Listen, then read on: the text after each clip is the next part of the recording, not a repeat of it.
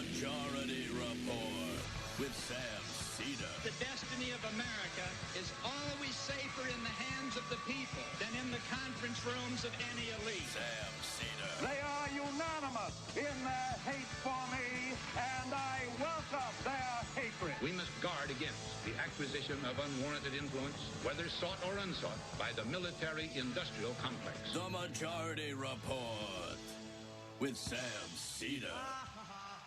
If I get the feeling you've been cheated.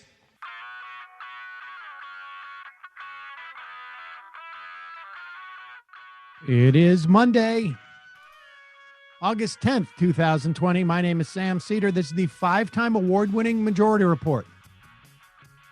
We are broadcasting live steps and steps and steps from the industrially ravaged Gowanus Canal in the heartland of America, downtown Brooklyn, USA.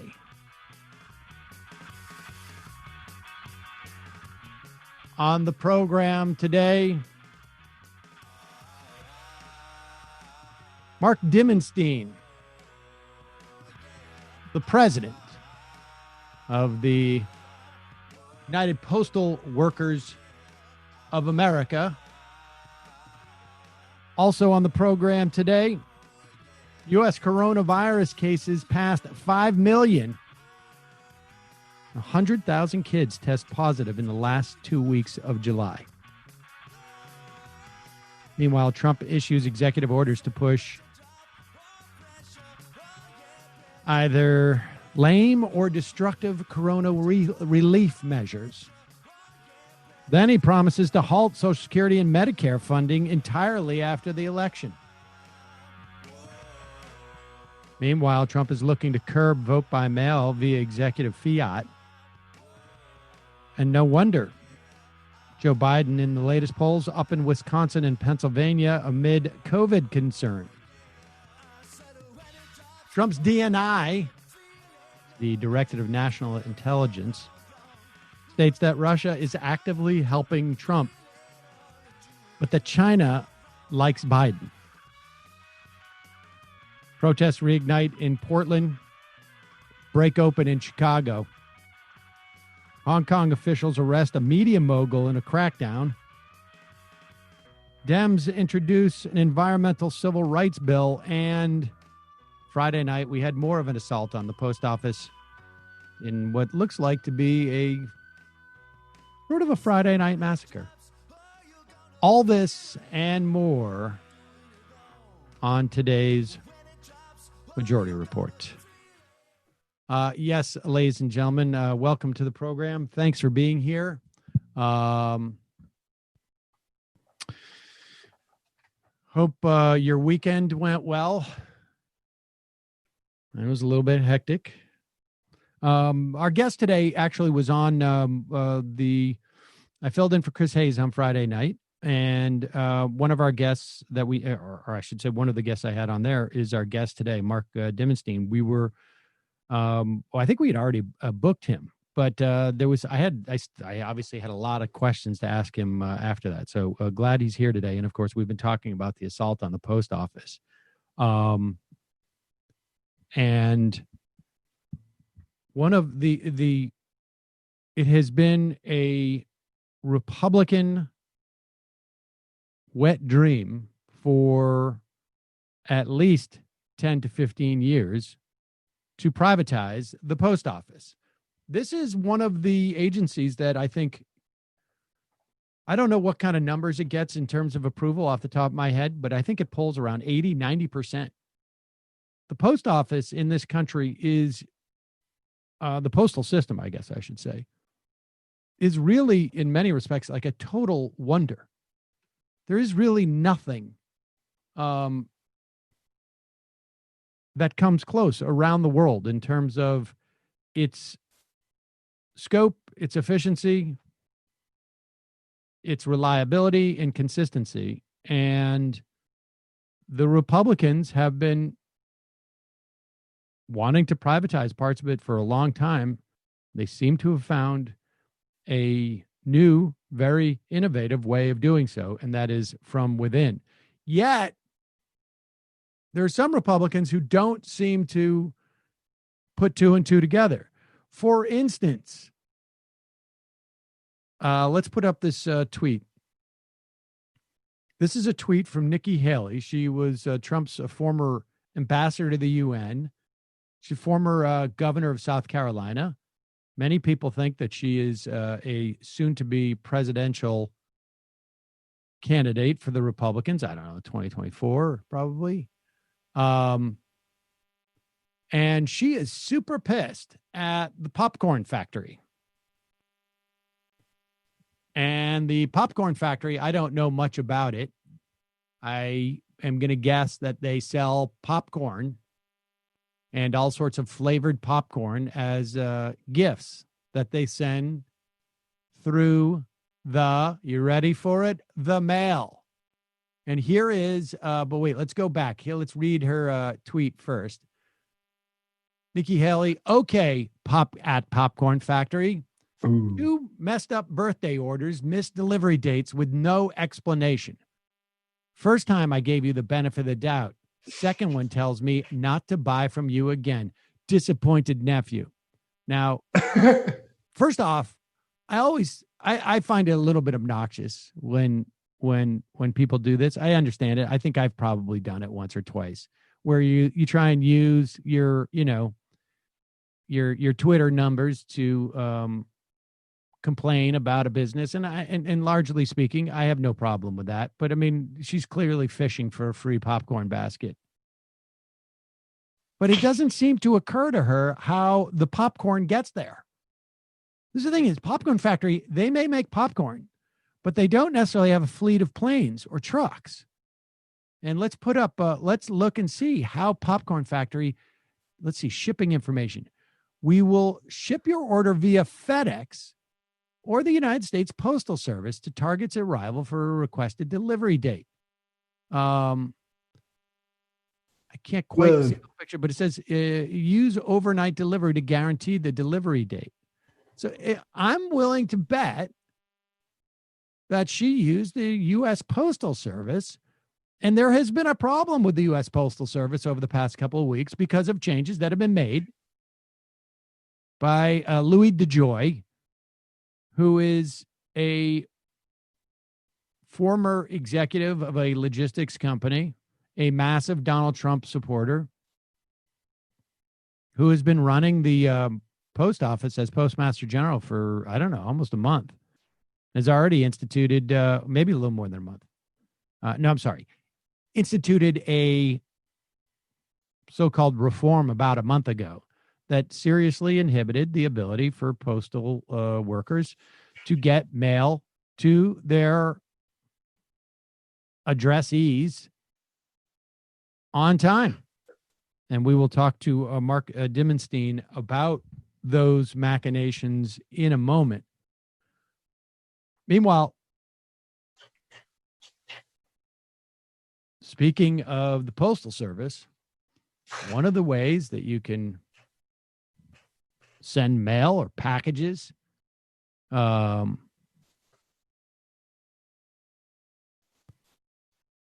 particularly at a time where you don't want to leave your house, we're adjusting to a new normal, at least for an extended period of time going forward. It's been made easy because of Stamps.com. Stamps.com brings all the mailing, all the shipping services, all the things you need right to your computer in the comfort of your home or your office. Whether you're a small business sending invoices, whether you're a teenager shipping out Depop stuff that you think you have a business because you take the clothes that your parents buy for you and you sell it and you think you're making money, when in fact all you're doing is, well, all right, I'm not going to get into that too much. But if you're an online seller who has that business model or any other one, or if you're working from home, you need to mail stuff, Stamps.com can handle it all with ease. You can use your computer, print out official U.S. postage 24/7. That means at any time, for any letter, for any package, for any class of mail, and it doesn't matter where you want to send it, for anywhere you want to send it. Once your mail is ready, you just leave it with your mail carrier. They pick it up, Leave it in your mailbox, or you could drop it into a mailbox, schedule pickup, or drop it in a mailbox. Like I say, you get great discounts with stamps.com, 5 cents off of every stamp and up to 62% off of USPS and UPS shipping. Stamps.com, no brainer, saves you time and money. Right now, listeners get a special offer that includes a 4-week trial plus free postage and a digital scale without any long-term commitment. Go to stamps.com, click on the microphone at the top of the homepage, type in Majority Report at stamps.com, Majority Report. Also, this episode brought to you by Magic Spoon. Had some again this morning. I'm sure you remember being a kid, breakfast cereal, one of the best parts of being a kid. You get that cocoa or the blueberry or the fruity. Milk changes all the color. As an adult, you realize what you were eating was really garbage. I mean, it may have tasted good, but it was garbage. Well, Magic Spoon is a new cereal company. It has discovered a way to recreate your favorite childhood cereals with 0 grams of sugar, 11 grams of protein, and only 3 net grams of carb in each serving. Magic Spoon offers 4 flavors based on the all-time classics: cocoa, fruity, frosted, and blueberry, plus a variety pack that lets you try them all. They've recreated the taste and the texture of those classic sugary cereals, but it tastes so incredible, you'll never guess it was healthy. It's keto-friendly, it's gluten-free, it's grain-free, it's soy-free, it's low-carb, and it's GMO-free. I'm not going to lie, I'm generally not a big cereal person, but I give the kids the cereal because they love it, and then I end up eating a bunch. It's delicious. It really is shocking. It is sort of, I'm now hitting the cereal a little bit more than I have in years, and I don't feel bad about it, frankly. There's no sugar. There's no carbs. You got a lot of protein in there, and they taste great. They have other flavors, too. We're not supposed to talk about those right now for this campaign, but check it out. You will enjoy. Go to magicspoon.com/Majority Report. Grab a variety pack. Try it today. Use the promo code Majority Report at checkout to get free shipping. Magic Spoon's so confident in their product, it's backed with a 100% happiness guarantee. So if you don't like it for any reason, they'll refund your money. No questions asked. That's magicspoon.com/Majority Report. Code Majority Report for free shipping. I am telling you, it is the #1 cereal of the Cedar household. My kids love it. They love it. It's sort of nuts. The way they get the sweetness too. It's from, I can't remember what it was now, like a guava plant or something like that. I can't remember, but it's check it out.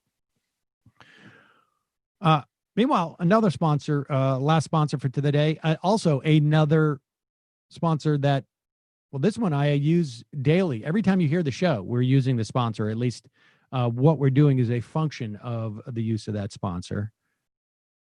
And that is ZipRecruiter. Hiring's challenging. ZipRecruiter makes it so much easier. Now, for instance, Codable co-founder Gretchen Hebner experienced how challenging hiring can be after unsuccessfully searching for a new game artist to grow with her education tech company. But then she switched to ZipRecruiter and saw an immediate difference. You can too by signing up for free at ZipRecruiter.com/majority. And I know this because that's how we got Brendan, through ZipRecruiter. And I also know this part. ZipRecruiter doesn't depend on candidates finding you. It finds them for you. Brendan has retold the story many times. Sometimes we sit around the campfire and we tell the story. But the time that Brendan was online and ZipRecruiter reached out, sent him ads about this job for him.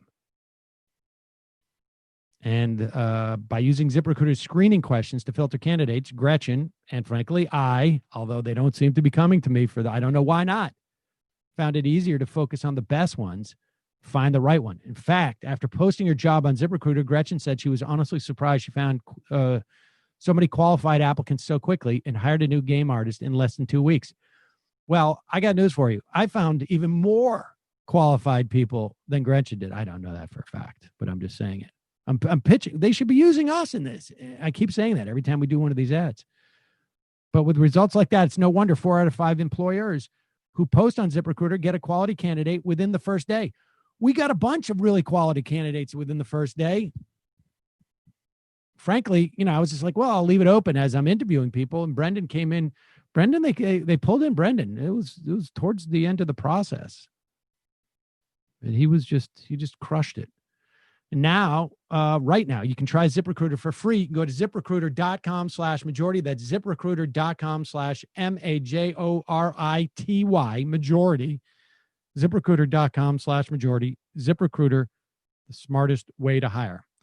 All right. When we come back, we'll be talking to Mark Dimondstein. He is the American Postal Workers Union president, which represents more than 200,000 employees of the U.S. Postal Service.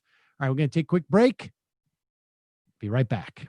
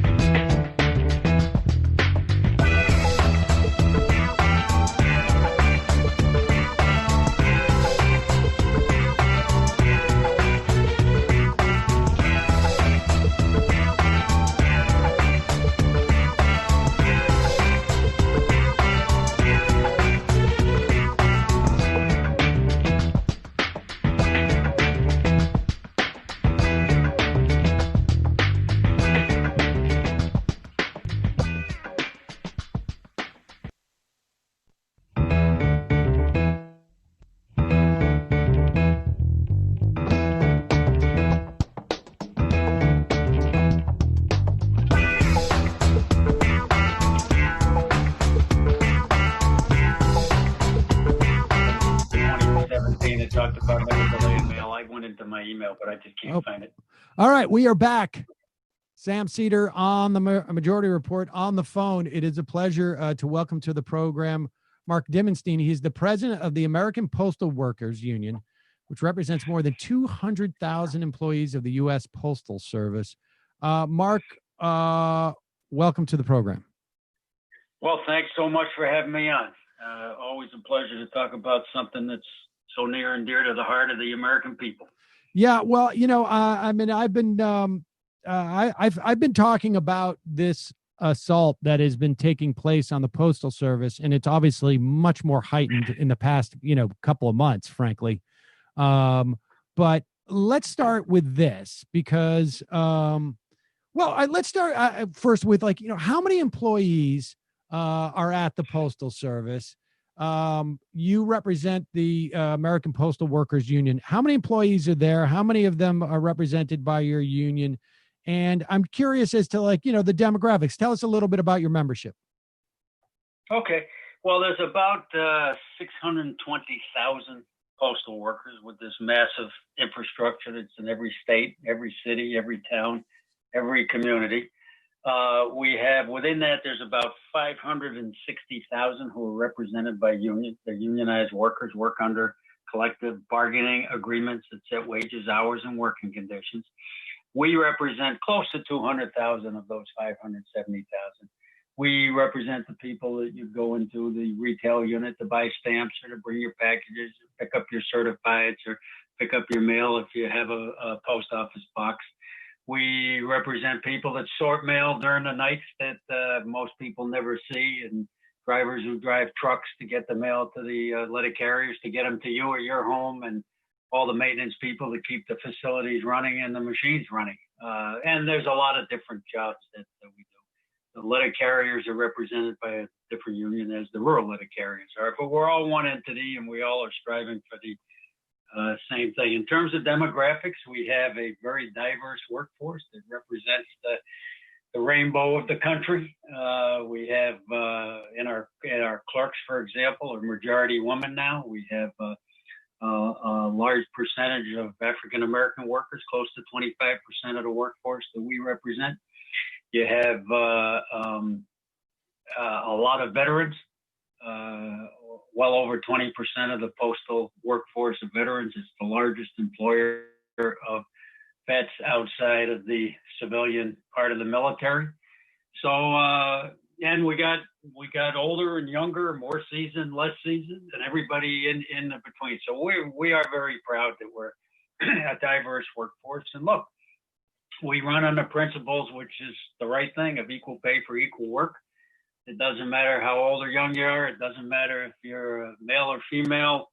It doesn't matter the color of your skin. We're doing the job. We're in it together, and we get paid equally. And I think that's a great thing about working under a union contract. You know, I'll tell you the thing about the post office in general that it is such a micro. Well, I mean, it's not that micro, but it is such a microcosm of exactly why you need government services and how they can sort of benefit in a multitude of ways. In addition, you know, as you're talking, you know, we have hundreds of thousands of great middle-class jobs that you know, that provide decent benefits, and again, employ a wide range of people in this country. But it's also doing a service that the private sector cannot do, insofar as they are not going to deliver a letter from, you know, point A to point Z, essentially, you know, east, wherever, you know, out in the boonies, for 40 cents. Like, there's just there's no profit motive to do that. They cannot and would not do that. And this is what a government service does. It says the job number one is providing this service. Profit is secondary. Yet the postal service, up until very recently, has been very much self-sufficient. Yes, and if I can back up, you raised a lot of good points there, Sam. I mean, one thing when you talk about the macro or the microcosm of the society and the essential service that you talked about, I think that's the essential service is really key. So it's postal workers who work under all the different union contracts are extremely dedicated to this public service mission. We work under a law that says we provide prompt, reliable, and efficient services. And prompt means speedy, and it means reliable. And so that's very important to us. I think I can speak for just about all postal workers. We treat the mail as if it's our own. We don't believe in delaying mail. We believe in going the extra mile. And that has been so clear and underscored in this pandemic, where despite the difficulties, the challenges, the dangerous times, just like other essential workers, postal workers have been out there proudly serving and really connected the country in a way that we could not have been connected during this pandemic without this government public-owned, what we call a national treasure. And you're absolutely right. There's no private company. You know, we have a saying, it's not named the United States Postal Business. That's for a reason.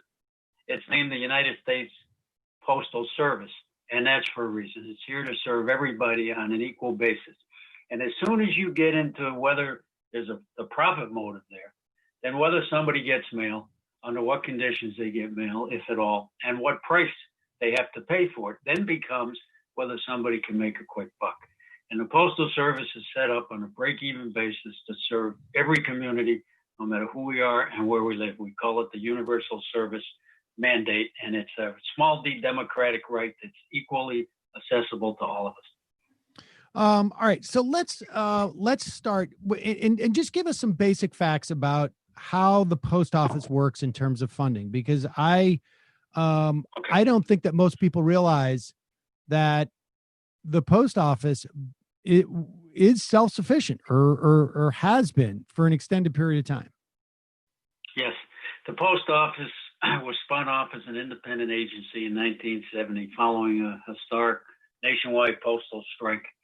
One of the things that happened after that is the powers that be decided it was wise, and it was wise, to take political patronage, cronyism, favoritism outside of the function of the post office, truly make it independent of political interference. And also, as part of that modernization, they set it on a course where they would run strictly off the revenue of postage and postal products, not off tax dollars. And for the most part, that has worked quite well. We've had two huge hurdles to get over in that process. In 2006, Congress passed, and it was bipartisan, unfortunately, but Congress passed a law called the Postal Accountability Enhancement Act that made the post office do something that nobody has to do, either in the public or private sector. And that is to pre-fund retiree health benefits, not retirement plans, but the health benefits of retirees, which the post office was paying as bills came due, just like every other company does. And they made them pay it 75 years into the future in a short period of time. That was for workers that not only didn't work at the post office yet, in some cases weren't even born yet. So it was an onerous, very onerous burden that put a lot of financial stress on the post office. It was manufactured, but nevertheless, at some point, that becomes real. It drained out $5.5 billion a year for the first 4 years of the 10 they had to pay it in. And then they weren't able to pay the rest. So in a sense, they owe a bill to the federal government for that that unpaid funding. So that put a lot of stress on the Postal Service. But even then, if you took out this pre-funding mandate, the operations, the post office was generally at least breaking even, which is what their goal is. Break even, serve the people of the country, go to 160 plus addresses a day. Kind of amazing. And you had talked earlier in a comment about, you spend 55, you can take a letter from point A to point B. It's almost a miracle, and we take it for granted. You can walk into a post office, bring in a piece of paper, call a letter, and tell that clerk there, for 55 cents, I'd like you to take this to the other side of the country. And the clerk says, we will gladly do that. And then through the whole process of all the sortation and all the delivery, it gets delivered on the other side of the country. But I diverted for a moment. So the 2006 put a lot of financial stress in the post office. But what they're facing right now is an emergency with the COVID pandemic and its economic impact on the society as a whole, which also then affects the Postal Service. So naturally, and I'm sure your listeners will easily understand it, advertising dropped off, mail dropped off. I couldn't go get my 4-year-old who had a birthday in April, her birthday card, and stick it in the mail because we were sheltered in place. So mail volume's off about 30%. Packages have temporarily made up for it because we're sheltered in place, but that's not going to last. So all the projections say that if there's not COVID relief, this economic impact will actually probably sometime next year cause the post office to run out of money. And that's something that we want to avoid. It's before Congress is in right now to make sure that that doesn't happen. I want to just go back to 06 a little bit because, you and I spoke briefly on Chris Hayes' show on Friday night, and I brought that up and you made the point that it was bipartisan. Now, like I've gone back on this and give me, you would know this better than I. I mean, I remember talking about it contemporaneously.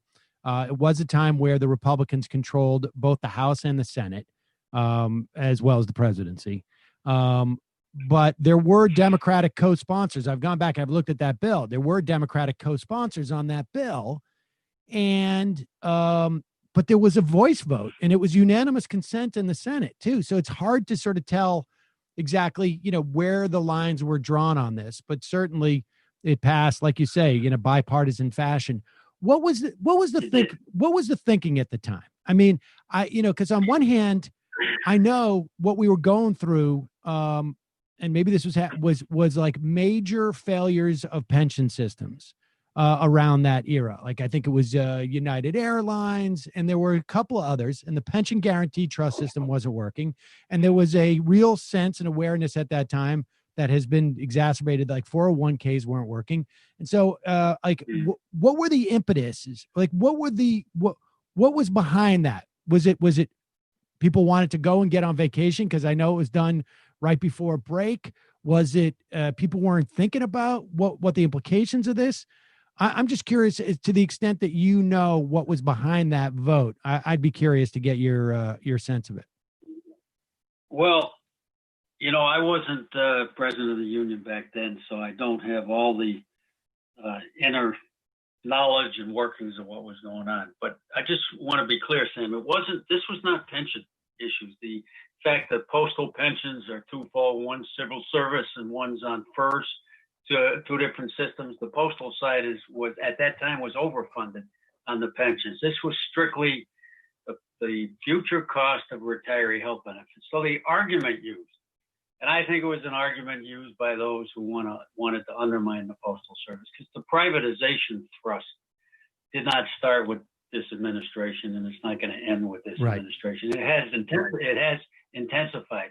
So it was all this idea, and the right-wing pundits try to promote the idea that they want to protect the taxpayer and therefore make it so that if the post office someday goes belly up, the taxpayers aren't going to be on the hook for these retiree health benefits, which wouldn't have happened anyway, because if the post office went belly up, which we don't think the people of this country are going to allow, not everybody's owed those benefits anyway. So it was all this idea, and it was a false idea because it's not taxpayer based, and and there are a lot of other assets that could have made up the difference. But it was all this idea: protect the taxpayer, protect the taxpayer. Now I got to tell you, I came into office in 2013. I spent a lot of time on Capitol Hill, on both sides of the aisle. I haven't run into any congressional representative that either thinks it was a good idea, a lot of them weren't here when it happened, or even if they were, thinks, looking back on it, that it was the right thing to do or that it worked. And so there is an effort in Congress to do away with that pre-funding mandate, which would certainly be a help. That was moving through. It moved through the House strongly. Half the Republican caucus voted to do away with that pre-funding mandate. So it was an overwhelming vote. It moved to the Senate, and that was right. And there's a bipartisan effort there. And unfortunately, it was right before we got hit with this tragic crisis, and that has taken a back burner. Okay, so let's talk about that. And we should also remind people that the Postal Board of Governors can't make they can't raise rates, essentially. They can't create revenue, and tell me if I'm wrong, without congressional approval, which is also... No, it's interesting, because one thing that happened in this 2006 law that I referenced earlier, the PAEA, Postal Accountability Enhancement Act, is they put a cap on postage rates, which may sound good on the surface, but it actually artificially kept rates probably lower than they would have been. We're very proud of the low-cost anchor that the Public Postal Service is. We want the rates to be reasonable for the people of the country, but the post office also has to have revenue. So there was an artificial price cap along with this pre-funding burden. And so they're bound by that price cap in terms of raising rates. Congress, so in that sense, Congress said you can only raise them so much. How much they raise them within that is not up to Congress. That's up to the Postal Service with oversight from the Postal Regulatory Commission, the PRC. So there was some effort in some legislative efforts that didn't move to try to deal with the pricing, so there wasn't this artificial cap. The idea of CPI, the Consumer Price Index, plus a couple points beyond that if necessary. But even without a price cap, postal rates have stayed with inflation. So a first-class letter costs no more in inflation, in inflation-adjusted dollars than they did 40, 50 years ago. So it's a system that worked very well without a price cap, but it has created an artificial burden. Okay, so let's Postal Service. And I mean, again, you made the point earlier, but it's for 50 cents, you can't even get like a half a candy bar now for 50 cents. That's right. And so the idea that you can send a letter across the country is it really is. It's like magic on some level. Yeah, and it's sending it across the country with people getting paid decent wages, family-sustaining jobs, community-sustaining jobs. So it's really a system that works for everybody. And so higher-paid workers or decently paid workers did not interfere with the needs of the people to have reasonable rates. And I think that's an important point, because the privatizers, and those who want to undermine the post, I say, well, people are just paid too much. You can have decent living wage jobs and decent public services that help everybody from the workers to the community to the postal patrons. All right, so let's talk about the attack on the Postal Service right now. So we there's sort of there's a twofold situation. One is, like you mentioned, a function of the pandemic. Not all businesses are hurting, but certainly many are, and it all makes sense as to why the post office would be hurting at this point. Let's talk about what the administration has done in terms of its assault on because this is, a relatively new thing, but there's been murmurs. I mean, and this is something as a listener to right-wing talk radio over the years, like the idea of privatizing the Postal Service has been out there floating around. It's sort of like almost like, you see that and like, privatizing the U.S. national parks, stuff like that. And it's as if like there was just this super opportunity right now to do it, and they're taking it. And it's almost a twofer too, because I want to talk about the implications of mail-in ballots. Mm-hmm. Well, and in a broader view, this administration, and there's no getting around the facts. And we represent postal workers throughout the political spectrum, and we respect that. I respect that as their president. But there's no getting around the facts, however people feel about party affiliation, individuals, or anything else, that this administration is hostile to the public postal service. They put it in print. It's not coming from Mark Dimondstein. It's in the June 2018 White House Office of Management Budget Report. It actually has a proposal to do away with the public postal service and sell it to private corporations that would then run whatever postal services are left on a private profit basis. Now, fast forward to the pandemic. So we have that underlying thrust coming from this administration. We have now we have the pandemic. Congress is considering a huge multi-trillion-dollar stimulus package.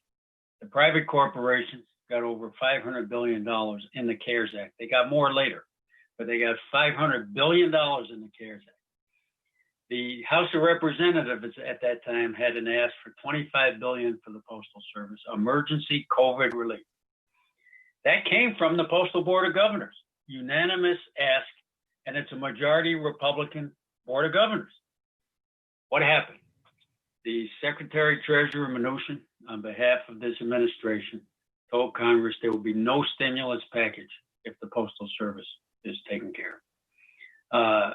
And what they did was even worse. They said, well, you're going to have $10 billion more of a loan with strings attached. But the Postal Service doesn't need debt. They need relief. And there's a huge difference between the two. Then following that, and our friends in Congress, for whatever reasons, did not flip the script on the administration, say, well, guess what? There won't be any stimulus package unless the post office is in. Between then and now, the president has called the Postal Service a joke, which is an insult, an extra insult, but at any time an insult for all the postal workers on the front line. We've had over 2,500 people sick, and we've had 75 people pass away. We've had 40,000 people quarantined. So it's an absolute insult, and it's an insult to every customer. 91% of the people of the country have a favorable view of the post office. That means they use it and need it in many different ways, but however they use it and need it, they really do trust it and appreciate it. So now we're coming to a chance for Congress to right the ship, to do now what they didn't do at the end of March, to deal with the public sector within a stimulus package. Not just us. Think about the essential services provided in the cities, the counties, in the states, from sanitation to clean water to EMT to firefighters, schools, libraries. And so now is a chance to get it right this time. Certainly if they're going to take care of the corporations, they should take care of the public sector. And the House again passed $25 billion. It's now in negotiations with this administration, and we don't know exactly where it's at, but so far what we know is this administration is still opposing real COVID emergency relief. And in this case, Sam, it would be taxpayer-based. As I said, it doesn't run on taxpayer dollars. That's generally worked. In this emergency, it's not going to work. So we need appropriated taxpayer relief to get the public postal service through this emergency. And so that hostility, though, is an agenda. Right. Some in the news says, President Trump doesn't like Bezos of Amazon, and some back and forth, and that's the essence of the hostility. I think that's a smokescreen. I think the real essence is that they really do have an agenda, and they want to take this national treasure, rip it off from the people, get their hands in the public till that creates $70 million a year in revenue, and use it for themselves. In the second half of the show, I'm going to go through, it is the case that the Democrats in the House, passed a bill calling for funding. And in addition, like you say, we need more funding for states and cities. I'm going to,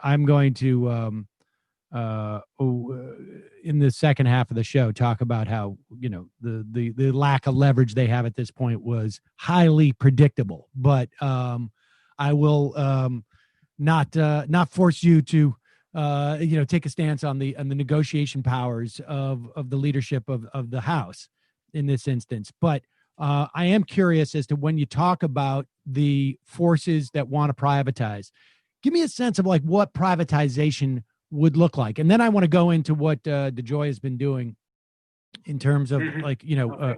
But what would privatization, when we say broadly speaking, obviously there's money there, but it seems to me when I envision what would happen with privatization is you would have the most costly aspects still farmed out to the post office, and what the privatized delivery services would do is take the most lucrative stuff and do those.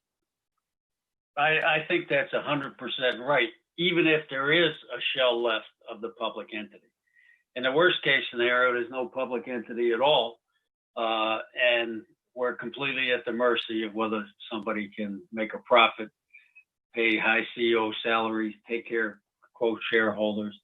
And so how could you possibly go to the most rural outposts or even a lot of urban centers? So it's not supposed to be based on where the post office can, if they make money on that one letter, they're not supposed to do that. It's supposed to be, does the whole system work in a holistic way? So you may live in an urban center, but be sending a letter to a relative in the Kansas farmland, or vice versa. All the financial, think about the medicines that the VA right. veterans rely upon, all the life-saving things, all of this stuff. The post, so it's privatized, but we then get our medicine. If somebody can make $1, how much more does that medicine then cost? And so if it was privatized, again, what's gone is that equal right to have a universal service mandate that has to serve. We're glad we have to serve every single person in this country, no matter who we are and where we live. There's no surcharges for distance. In many cases, like for flat rate priority boxes, there's no difference in terms of the weight. If it fits in there, it goes. All of that would be gone. A private company could put on surcharges. A private company can decide whether they want to go at all. Right. And the post office, rightfully so, can't do that. We go everywhere. And it's not a question of whether, or even that post office. Let's say it's a post office in a rural area. Well, if you just look at the one post office, maybe it doesn't generate enough money in that moment to justify, in some profit makers' eyes, to justify keeping the doors open.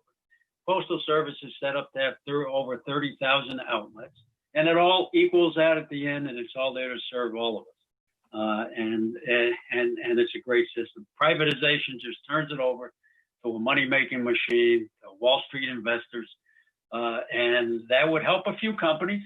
It would help a few private entities, but the people of the country would pay a terrible price. And if you think about e-commerce, the post office isn't the only one that handles an internet package, but it's the only one that has to take that package everywhere. Yep. A lot of small businesses, we actually get calls. Hey, if it wasn't for the post office, I never could have gotten my business started. If it wasn't for the post office, I wouldn't be able to run this from my home. And so, just every aspect of life. And some people say the e-commerce day makes the post office less relevant. Some ways it makes it more relevant. It all depends how we use it. Let's so the there is a board of governors of the post office, just in terms of like its leadership. Yes. This board of governors is now majority appointed by Trump. Is that right? The entire board's appointed. Oh, the entire board is now. Okay. And this is, my understanding is that this board has the least amount of institutional knowledge about the post office in, I don't know how long. You would have a better sense of that. They've just appointed a new Postmaster General, not just, but a most recent one, who is making news because he's come in and he has changed a couple of key, I guess, logistical operations by postal workers. Walk us through all this to give us a sense of what is being done, because in addition to following this stuff, I've had literally 3 or 4 conversations in the past week. One had to do with eyeglasses, new eyeglasses I was ordering. Yeah, it's coming in now like a week later because of the post office. A friend is looking to get some swatches, and she says it's stuck at the post office. There's real impact here. Tell us how they're doing it. Well, you are right. We're hearing the same stories. We're talking to customers. I'm a customer myself. I've seen it. What the new Postmaster General did, and you're right. There's no institutional knowledge on the Board of Governors or on the inner workings of the post office, and that includes the new Postmaster General. So that's troubling. And what he did, he came in on June 15th. Within the first month, he instituted some quotes cost-cutting measures. Again, he comes from the business world. This is not the United States postal business. And they took a few forms. One is he put out these policies, at least in general, to either cut out and eliminate overtime or severely reduce it. He put out policies to cut back on transportation, such as what they call extra trips. So if there's more mail to get we have these big sortation plants. So the mail gets sorted there, and then it often will get shipped to where the carriers are ready to go out on the street in your neighborhood. And extra trip might go because all the mail didn't fit on the first truck, or maybe mail came in just a little bit later, but it's due out that day. He has said we're not going to do those. There's pulling out a lot of sortation equipment out of the processing facilities, which we think is very questionable. They've also, although I believe they've backed off of this, which is good if they have, they also started just arbitrarily reducing hours at the retail units. So if you're a big retail unit in a city, including his hometown and my adopted hometown, Greensboro, North Carolina, the main post office, they put out something that said, we're going to start closing at lunch. Well, if you're in a business area, that's often when people get to the post office. Hopefully that has been reversed. But, so the result of all of this is it can't do anything but slow down and delay mail. That's what we're hearing from the workers. We've got information like there's one big processing plant that mail sat on trucks, 13 trucks for 5 or 6 days. We've had reports that in some places no packages went out with a particular carrier, in this case a rural letter carrier, for 4 days because all the stuff was getting backed up in the system. So that's the last thing that a postal worker wants to do. We're vehemently opposed. We have voiced our concerns openly to this new PMG. We have voiced our concerns to representatives in Congress on both sides of the aisle. This is just the absolute wrong path for the Postal Service. You don't bring in more revenue and more business by degrading service. You actually drive away business that way. There's a lot of things a post office can do to bring in revenue. There's a lot of new ideas they could try. Cutting and slashing is not one of them. And that's so far what has happened. And if I can say one thing about overtime, we're not, as postal workers, we're not wedded to overtime. We're wedded to a good living on a 40-hour work week. Overtime comes in to deal with fluctuations in the mail or to deal with understaffing, and the post office is understaffed. We would much rather have people hired and have more families sustained by good union jobs. But it also, we have to take into account the COVID world. 40,000 people have been quarantined. 2,500 to 3,000 have been sickened. Obviously, there's a lot of leave usage. And we've had other challenges with childcare, just like so many other workers. All of a sudden, schools are closed. So there has been more leave usage. No one would argue that that's not legitimate in a COVID world. And when you have leave usage like that, the hours have to get covered with the people who are already there, which is overtime hours. So to just arbitrarily cut hours when the work's still there means the work doesn't get done and the customer loses in some. Now, I get what you're saying in terms of arbitrary, but I mean, this is a guy who ran a logistics company. It seems to me that he has a pretty good sense of, it's like, I don't know, it's bringing in a structural engineer who knows exactly where to place the dynamite when he wants the entire building to fall. And, to obviously, I think to anybody who runs any type of enterprise, you need when you cannot predict day to day with 100% accuracy what the demand for certain services are going to be when you're running an operation that runs around the country. Of course you need overtime. When you're in the middle of a pandemic where different people come up with, of course you need overtime. Like my sense is this guy is one of the most competent people that the administration has brought in terms of doing their job, and their job is to inhibit the service of the Postal Service. Well, that's certainly our deep concern as well, Sam. If you're going to privatize or try to privatize a public entity, you can't do it if the people support that public entity. And 91% of the people support the United States Postal Service. It touches each and every one of us almost every day, either individual, business. And so the only way you could carry out a privatization agenda, and again, it's their agenda. You're not taking this from me. They put it in writing.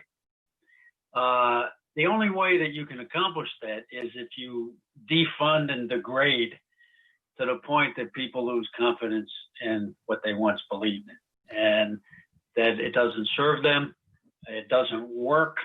We have to go elsewhere, or maybe the private sector really can do it better. Right. So our deep concern is anytime you degrade service, they're setting us up for failure, and they're setting us up to break that tremendous link between the Postal Service and the trust that in postal workers that the people of this country have. When you talk to other union leaders, or when you sit in your office, or I guess on your Zoom calls, whatever it is, do you guys have a sense of like, what the tolerance is? Because that's basically what I'm convinced that the agenda is here.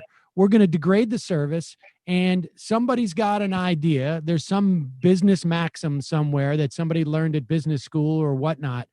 All it takes is 3 months of degraded service, and you have dislodged the loyalty, or maybe it's 6 months or whatever. Like, do you guys, what is the plan to what is the assessment as to how long this type of degradation of service can continue without people losing faith in the post office? And B, what is the plan? And I guess maybe part of it is you coming on a show like this so that people are aware of what's going on. But what beyond that, what else is the plan maybe to mitigate the damage they're trying to do to the Postal Service relationship with, the American people? Well, those are both interesting questions. I concentrated so much on the second one. Tell me what A was again. Well, A was like, do you guys have a sense of like how long there is tolerance for this type? I have no idea how long, but I have a saying. We call it the 4 Ds.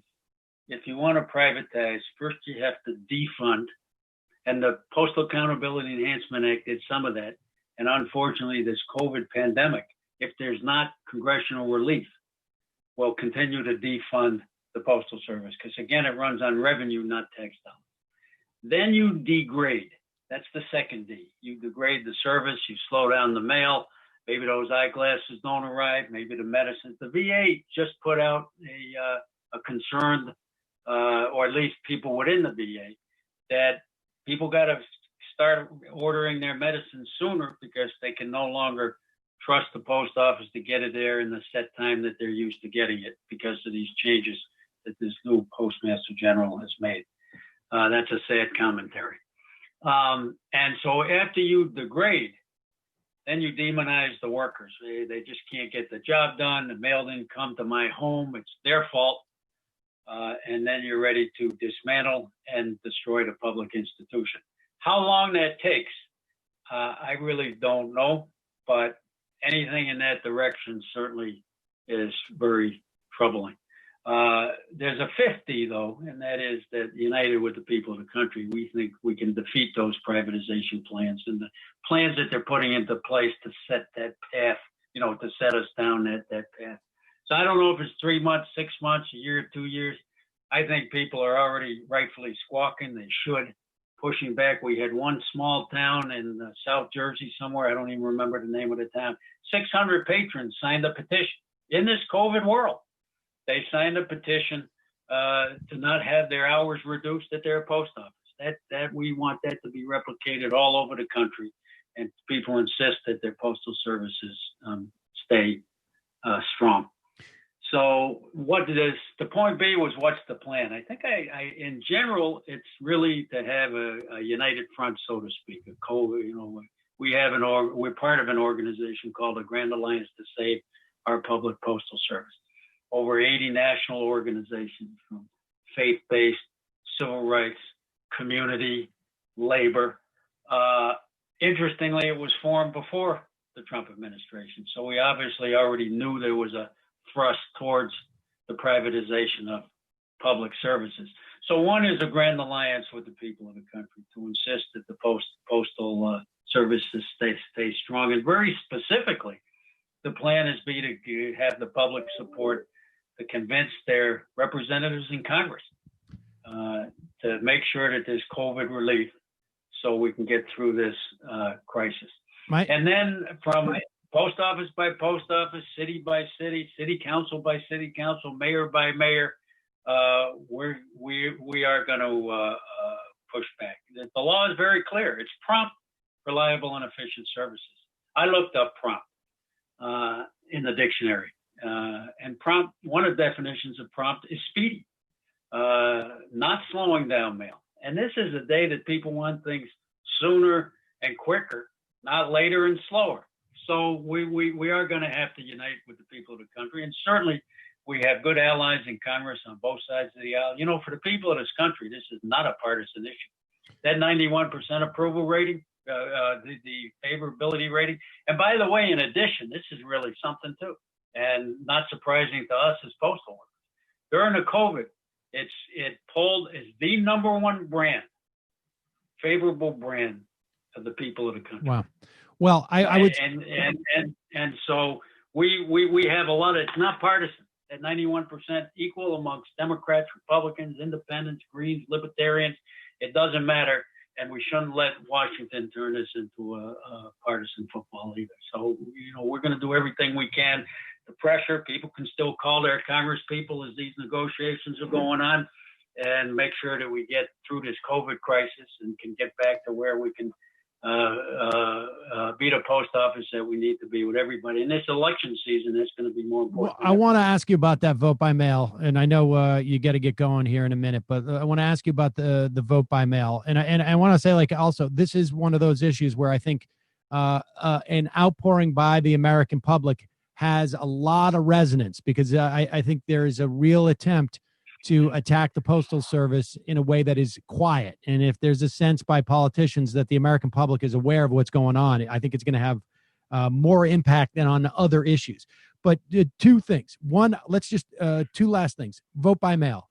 Can the post office do it in a non logistics guy trying to handicap the post office? Can the post office do it? Can the post office just in the main handle like a rush of ballots across the country? And is there a question about that in this circumstance? So the answer to that is unequivocally, it's not a problem. those who want to discourage people from voting by mail have two basic charges. One is it's fraudulent and corrupt. We can get into that after I answer the one you asked. And the other is that somehow there's so many letters that are going to go into the mail, the post office just can't handle it. That's an absurdity. We handle average almost 500 million pieces a day. In seasons of, greeting card time or Valentine's Day or the census or CDC medical information that went to every adult in every household, we can handle that stuff in a heartbeat. And that came from one place. Votes are run by the state. So each state, so let's say there's 100 million more ballots that end up in the mail. I don't know what the figure's going to be. 31 million people, I think, in the last election voted by mail. So let's say it triples. Well, that's not in one place. That's in each state. And it's not the same day. It's as people ask for their absentee vote by mail ballot. The capacity of the post office is huge to handle mailings. We can handle them in a heartbeat. Just think about how many mailings you get. When I say you, I'm talking to the listeners around election time from the candidates. That influx is far greater. The last election, I'm in D.C. In the city council election, I probably got 20 mailings within 3 or 4 days, multiple mailings often by the same candidate. They all got there on time.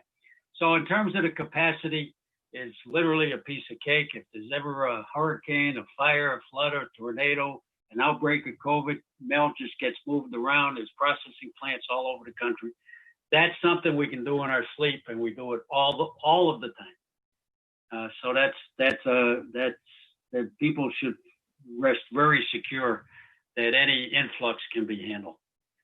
And you were going to address fraud. I can't imagine people think that the fraud that I still can't quite figure out exactly how the fraud's supposed to be committed.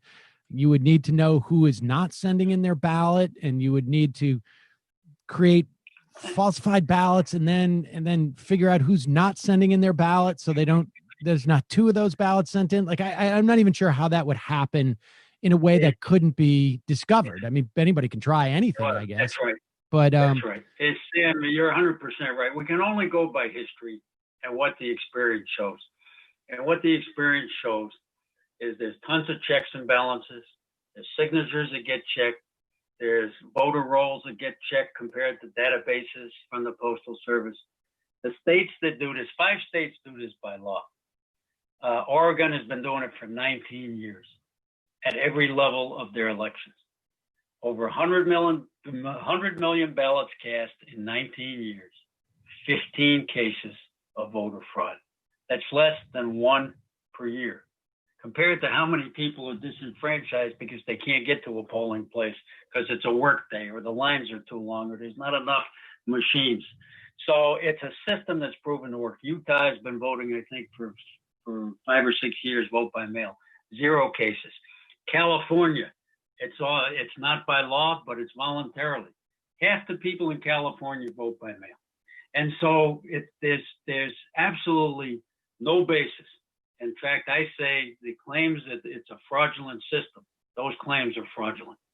And, if people want to delay elections, as President floated an idea, it's outrageous. It's a step towards tyranny to raise that somehow an election should be canceled or postponed, making the Postal Service and postal workers as some kind of scapegoat, or there's something wrong with the results if everything is not counted on November 3rd. That's not the point. The point is everybody has access to the ballot box, and then that vote counts. So we're very confident. Look, we've been doing vote by mail for generations. We're proud of it. Postal workers are not, as a group, are not beholden to any political party, any candidate. This is part of our civic duty and civic responsibility. It's private, it's secure, it works. And by the way, ballots do get priority. And the Postal Service is set up to help states.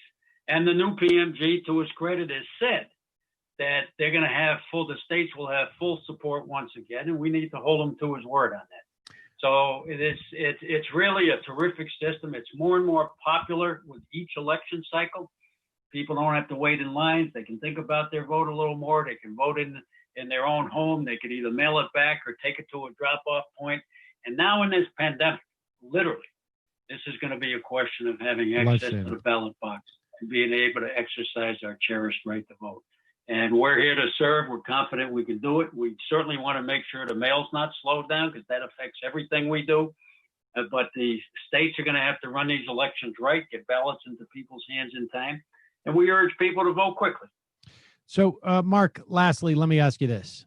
In my fantasy life, it's a little bit narrow and myopic, but in my fantasy life, I imagine that the next president comes in, Joe Biden comes in, appoints a new board of governors. The new board of governors says, not only are we going to, reverse some of these things, we are going to institute something like postal banking. And we're going to offer, some very basic banking services. Since we already have all these retail outlets all across the country, it will provide banking services for people who are unbanked, provide convenient banking services for people. Like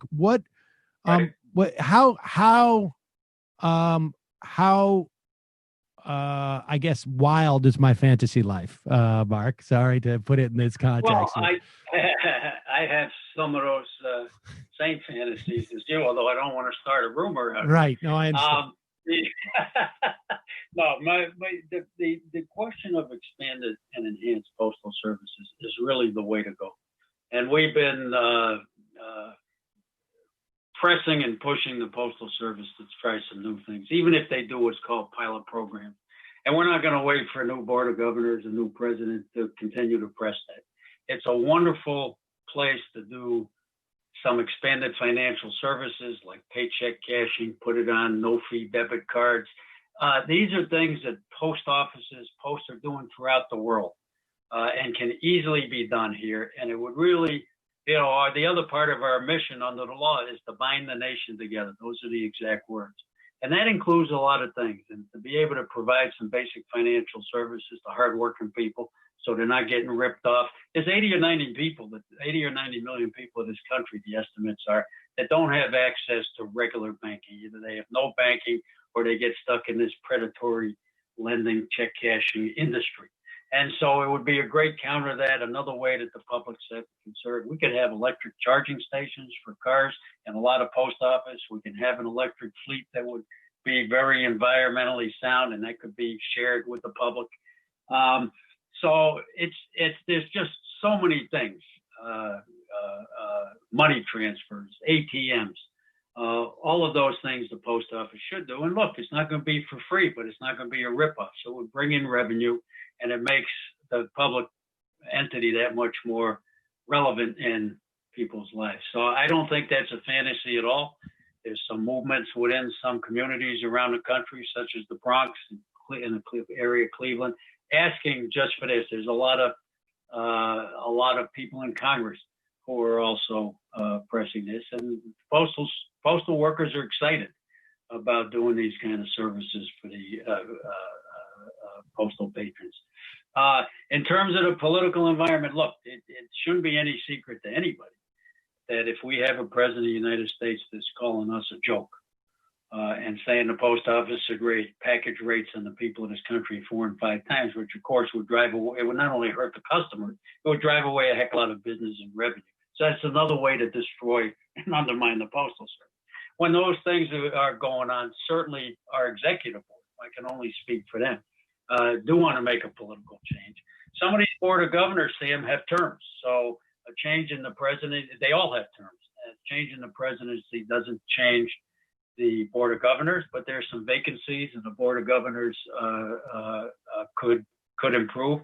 But I have to say, in all honesty, the board of governors made the unanimous right request for COVID relief and robust COVID relief. So that's an indication on that question they were doing the right thing. They seem to be going along, which to me is the wrong thing, on these policies of slowing down mail, and they need to jump in on that as well. But we hope in a better political environment that's more supportive of public services, more supportive of workers having unions and union rights, and more supportive of new ideas and what the post office can and should be, that things will get better. So but whether there's a change or not, we're still going to be the American Postal Workers Union. Well, Still standing for justice in the workplace, justice in our communities, and to keep this wonderful national treasure vibrant and strong for generations to come, which is what the people deserve. Mark Dimondstein, president of the American Postal Workers Union, thanks so much for your time today. Really appreciate it. Thank you so much for having me on, Sam. All right, folks, we're going to take a quick break and head to the phones and head to your IMs and some video clips and just fun, ladies and gentlemen, just so much fun. Now, I do want to say this. We did get an email, and we try and read all the emails that we get. It takes a while. We get a ton of them, and sometimes they fall through the cracks. We did get an email from a guy who was calling in with wanted to have an argument with us about the way that we're covering COVID, and I welcome everybody to call in, and if you. Well, there's no guarantee, and I don't want to get a bunch of emails. But if you put your area code, we can see area codes. And so if you put your area code in, we have a better chance of taking you because, right now, even though I've asked people, we already have 10 people on the line. We're not even at the phones yet. So, but we welcome all calls. We do it differently than other shows. We invite people. You got an issue with what we've said on the show? You got an issue with me? Call in. I'm more than happy to take the call. I'm maybe you could even argue I'm desperate to get into an argument with you. It's kind of the business model. It's the business model, but it's also the reason why we did that with the business model is because it's also like a psychological issue I have. So that's how to succeed in this country. That's right. You go with what, they always say, like, if you do what you love, you never work a day in your life. And do what you're unhealthily fixated on. Yeah. Everybody called in every day, and there was someone who could get through that had an argument with me. I would feel like I haven't worked a day in my life. Jamie, is here with us. She's going to join us on the fun half. She's going to tell us what's happening on the Antifada. Let me just first say, check out Nomiki's show. Find it at patreon.com/the Nomiki Show. You can also find the Nomiki Show on YouTube at youtube.com, the Nomiki Show. She's had some great stuff as of late, and particularly this is, as you start to hear more about what's happening with things like the DNC and whatnot, she has a very, very good sense of what's happening on the inside. And also, follow her. Just if you've been watching her show, the election of Cori Bush, it's not necessarily a surprise. And certainly you had a much better awareness of who she was. Because she was one of, I don't know, early on Nomi's show. Jamie, what's happening on the Antifada? Well, this week on the Antifada, we had on our very good friend Virgil Texas for a bit of discussion about the COVID crisis and also this latest trend that we've seen of older leftists scolding younger leftists in open letters that they need to support Joe Biden. Why are they doing this? Has there been new letters? Serve? A new one just dropped in The Nation the other day, signed by a lot of older leftists who I really respect, even though I might disagree with them on this issue. This is not the SDS one. No, this is a different one. There was also one in the New York Times written by a guy that we've had on the Antifada, which I did not even have on my bingo card for this year. That you would have a guest that would say vote for Joe Biden? Indeed.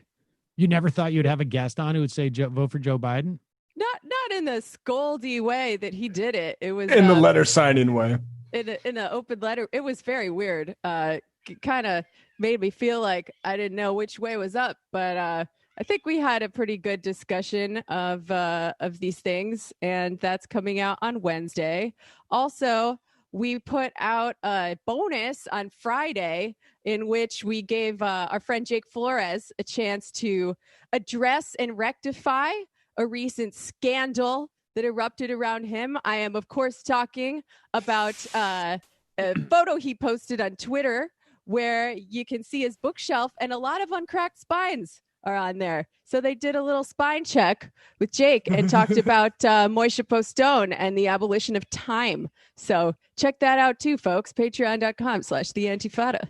So wait, he had a lot of books that he hadn't opened. He just left. Yeah, you don't want to dig too deeply on this one, Sam.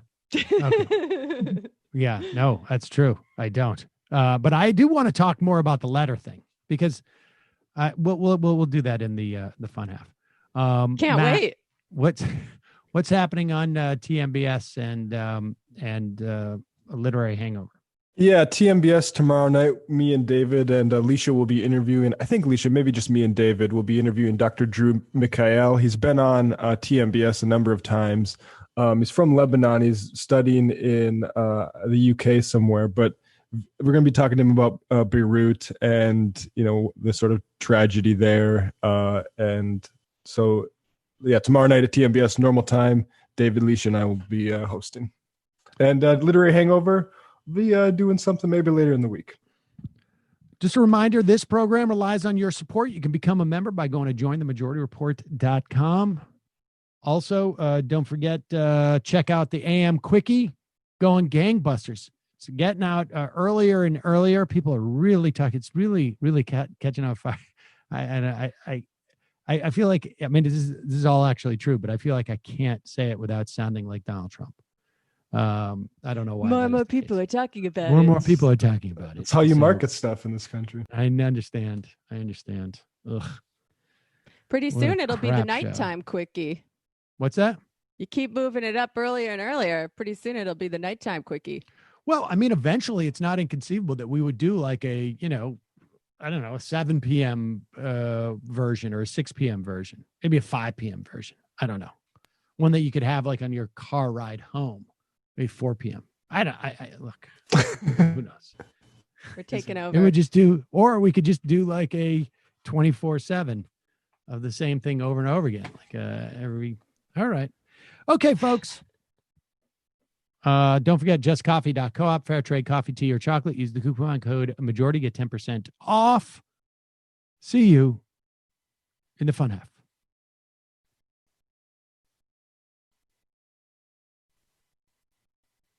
Music. Bueller. It was playing for me. I need to hold on one second. Second time that's happened.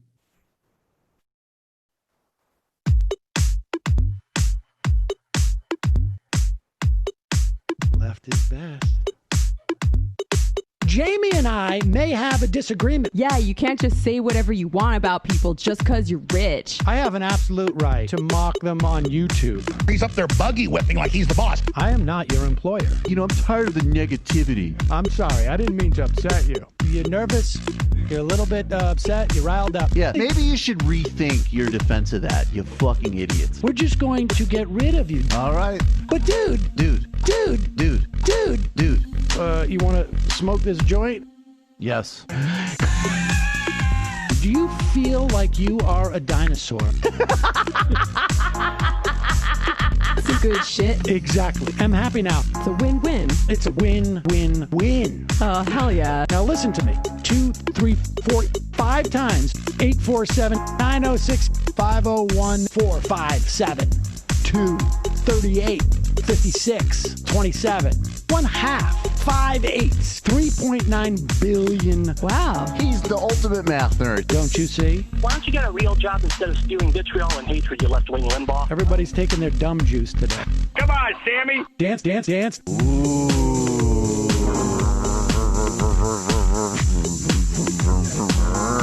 Rand Paul. I had my first post-coital scene with a woman. I'm hoping to add more moves to my repertoire. All I have is the dip and the swirl. Fine, we can double dip. Yes, this is a perfect moment. No. Wait, what? You make under $1 million a year. You're scum. You're nothing. Excuse me? Fuck you, you fucking liberal elite. I think you belong in jail. Thank you for saying that, Sam. You're a horrible, despicable person. All right, gonna take a quick break. I want to take a moment to talk to some of the libertarians out there. Take whatever vehicle you want to drive to the library. What you're talking about is jibber jabber. Classic. I'm feeling more chill already. Good. Donald Trump can kiss all of our asses. Hey, Sam. Hey, Andy. You guys ready to do some evil? Hitler was such an idiot. That guy might be a Nazi. Agree. No. Death to America. You. Yes. Wow. Wow, that's weird. No way. Unbelievable. This guy's got a really good hook. Throw our hands up. Ooh. Wow. But Sam, I gotta get off. No worries. Let's. I want to just flesh this out a little bit. I mean, look, it's a free speech issue. If you don't like me, Hey, shut up. Thank you for calling into the Majority Report. Sam will be with you shortly. We are back.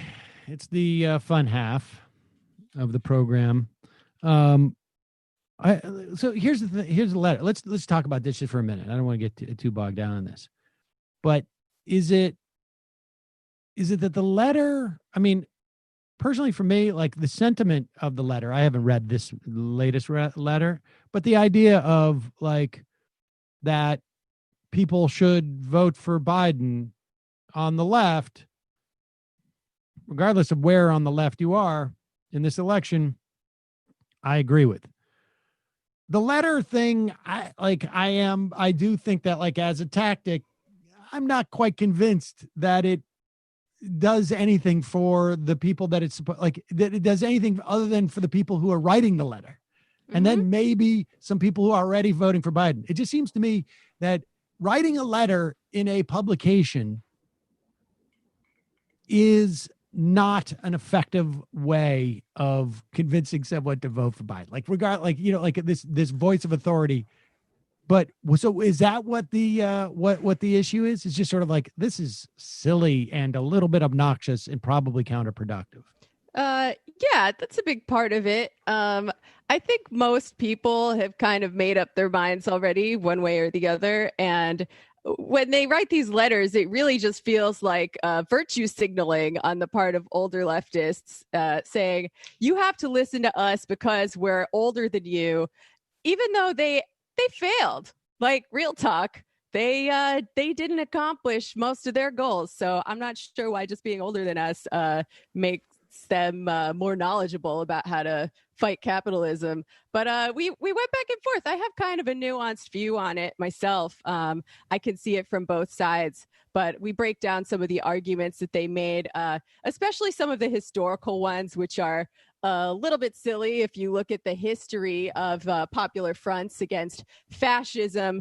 And first of all, let me back up and say I don't believe that Trump is a fascist. I think he's pretty much a Republican on steroids, and we've seen these kinds of this kind of discourse before. You know, we saw it in 2004. We're probably going to see it again. But even if you want to look at the history of popular fronts against fascism, the communists and anarchists don't usually fare that well in the end. But yeah, we just went through some of the different arguments being made and the reasons why or why not why leftists would or wouldn't support Biden. I think part of the reason why organizations like DSA have been hesitant to really jump in this fight is because there's really no argument that it advances the fight for socialism, which is the reason why we exist as an organization.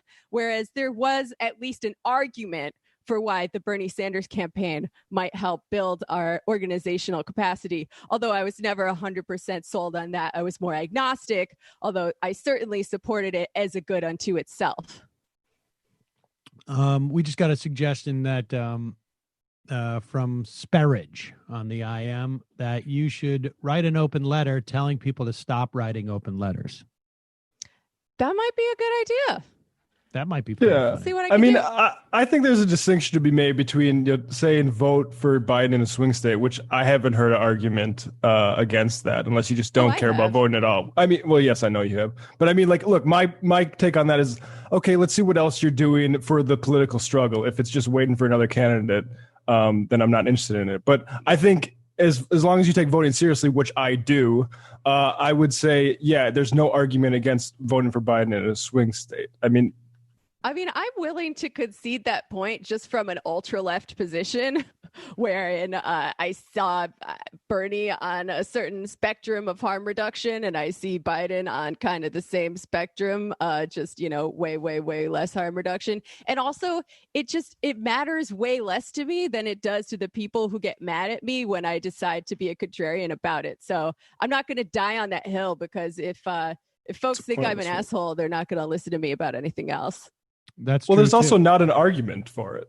Like, there's not an argument if you take voting seriously for not voting for Biden in a swing state. I mean, I don't think I'll vote for Biden in New York, because I'll probably vote for Bernie or something. But I also think there is a difference between DSA. I think DSA should take some of the independence from Biden, because Biden had "I'm not a socialist" T-shirt or whatever that was. Yeah, and he's been nothing but hostile to them. Like, I think as an organization, that's fine to delineate. I think they should.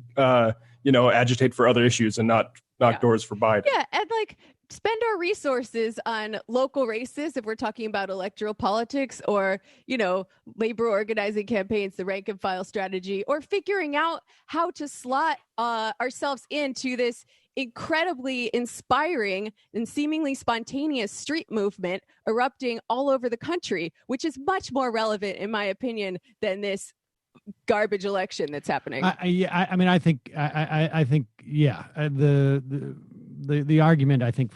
I don't find it terribly controversial that an organization like the DSA wouldn't take an official position on this election. I mean, it's, the members, it's really a question of what are the members individually going to do in terms of voting? And I don't think I don't think it gets the people who want DSA members to vote for Biden. I don't think having the DSA as an organization come out and say you should vote for Biden is really the way to get there anyways, frankly. No, I think it takes away more from the DSA than it would add to the Biden campaign. And the letter writing thing, I do think, is just sort of it is people just not being aware of who they're talking to on some level, the audience. If you want to engage in a conversation, but a letter, leaflet, I don't think it has I don't think people communicate in that fashion anymore in the same way that they may have, 50 years ago. I will say this, and I have been pretty steadfast in my belief that it's largely irrelevant. The importance of voting for, in this instance, Biden in a state like New York is irrelevant. And really the argument has been broadly been swing state. I have not changed my mind on that, but I will say this, that based upon what Trump has been doing as of late, and based upon Bill Barr, I am also not convinced that having a run-up in the popular vote does not have I am more open to the argument that a run-up in the popular vote is meaningful, insofar as I am quite convinced they're going to challenge the election. It doesn't matter what the outcome is, assuming that Trump has not declared the victor, that we're not going to get the numbers on that Tuesday night. We're not going to know who won. Trump is going to declare victory. Barr is going to file suit in states and use the DOJ to do it. The campaign's going to do it. They're going to send stuff to the Supreme Court, and that a popular vote run up, more than 3 million votes. Yeah. May have some relevance in terms of swaying the decision of those Supreme Court justices. Really? I'm not there yet, but I'll tell you something. As I start to play this out, I've always considered, and certainly for me, like, I don't think I've voted for the nominee in a safe state, maybe in my history of voting. I may be against, well, no, I don't know about that, actually. Now that I think about it, no, I didn't think I have. I was going to say I would have voted against Reagan, but I think that was the first time I voted. The second time, I think I definitely voted for the nominee against. I think I voted for. I definitely voted for Dukakis, but I can't remember. But that's one of my earliest memories, is going with my mom when she was voting for Dukakis. But Dukakis, I had an affinity for, because he shoveled his own walk. That was a big deal for me, having done that so much in just like 30 miles from where he was doing his. But I don't think I've ever voted for the nominee since then, and in my adult life, and I'm still not quite there because I'm in New York. Let me just make that clear.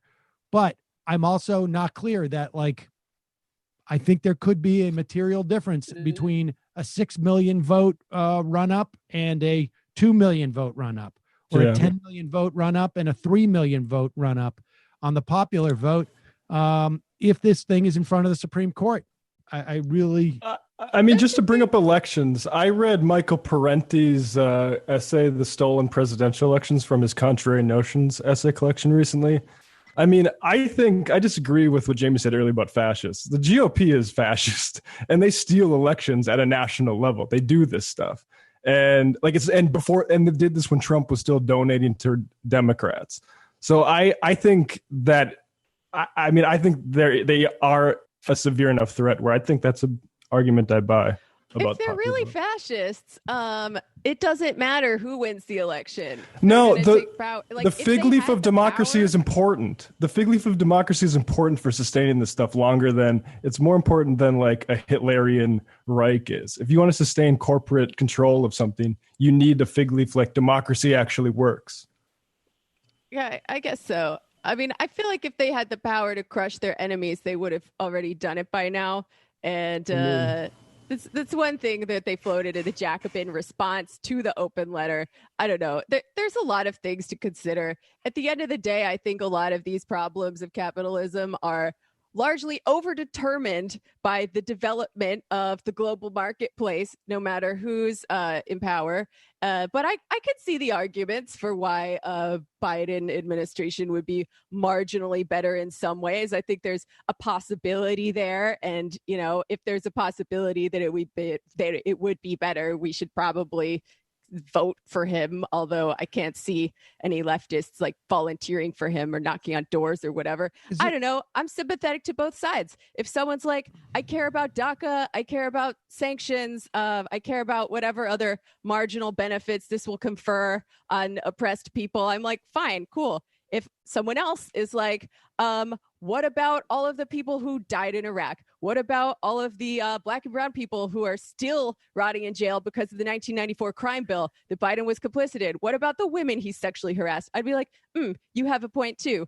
And what about all the people? I would just say it's not about the individual. It's about the coalition of power behind him. Which is what exactly? I mean, he's different than Trump. They've made it very clear that the Bill left Barr is is not going to be their attorney general. I mean, I think that it's not great, but it's different than the Republicans. They've made it very clear that we're going to get nothing and we're going to like it. So what does the Bernie cohort do in that situation? I think you don't listen to what they say. They also said these, losers are not going to knock off any of our incumbents, and Engel down, Clay down. I mean, they can say whatever they want to say. The question is, do you have an opportunity there that you don't have with Trump? And of course you do. Like, I think that I like if somebody says I think the only rational argument is an accelerationist one as to why you would not vote for Biden. Like the idea that or you just don't think it's going to do anything. Well, but I mean, does anybody genuinely believe that just take DACA? If you just want to just limit it to DACA, there's no way that Joe Biden becomes president and doesn't essentially say to the hundreds of thousands of people, maybe millions. I mean, if you include family members and whatnot of people who are impacted by DACA or DAPA too, for that matter, that they're going to have permanent status of some form or another. And the material benefit to their lives on a daily basis of not worrying that at any moment they're going to have ICE agents come in and bust them and deport them. Nobody can say that that's not I need to hear an argument that that's not going to happen, because it is. Now, I accept that it's limited and it is insufficient, but that has material benefit to people. That's low hanging. You don't even have to even think about it in terms of the difference between a Biden administration versus a Trump administration. And then there's a whole host of other things like that. But that seems to me to be, you can make the lives of 100,000 of people definitely better, and it's definitely going to happen. Then, how do you? I mean, I'm inclined to agree with you, but part of that I've come around to as an ultra-left electoral skeptic, and I can see how someone may be a little to the right of me in DSA who takes electoralism more seriously as a tactic might think it's very important to stick to our guns on something like this for the sake of the long game. Well, I can see it from all sides. Yeah. Yeah. I mean, I can see it. I just don't, I mean, I can see it. I'm not convinced. I mean, unless it's an accelerationist thing, which I also have a problem with, but that to me seems at least cogent. Yeah. I think a lot of people are just angry at even the framework of this question that they're being forced to answer. And, a lot of my comrades, aren't on a YouTube show where they talk about politics, so they don't have to talk about it if they don't want to. But I've had to think about it a little bit harder because, Yeah, I mean, yeah, it sucks to be in this situation, but I mean, that's basically in many aspects of life. I'm dealing with my school right now with my kids. It's do you want a crap sandwich? Or do you want a crap sandwich with mustard? And I'm well, I don't know. I guess I have to taste both of them, but you're not allowed to taste. Trying to figure out which one's where. And I'm inclined to agree with you, except for the fact that for the folks on the other side of this question, they're trying. I mean, we're all trying to get to a world where no one has to choose between a crap sandwich and a crappier sandwich. And if in this short interregnum period, they need to stick to their guns and not, I mean, voting, who cares? Most leftists are probably going to vote for Biden no matter what they say. Yes, but I think so. In terms of other activities that we're being expected to do by our elders and betters, refusing to do them, there's a case to be made that will ultimately help bring about a scenario in which no one is expected to make this horrible choice anymore. So I could see where they're coming from. I don't agree. I mean, I've taken your position most of the time when I'm arguing with my comrades at DSA. I just want you to know I might share a little bit of your penchant for arguing. And like we said, I think people should lay off DSA for not supporting a guy who said we're not socialists or fascists or whatever that T-shirt was. I can't remember it, but we're not MAGA. We're not. You remember that, Jamie? Yeah. Sure. Yeah. Whatever that yes. was. They'll knock doors for Medicare for all, knock doors for other Green New Deal, do stuff. It's also just who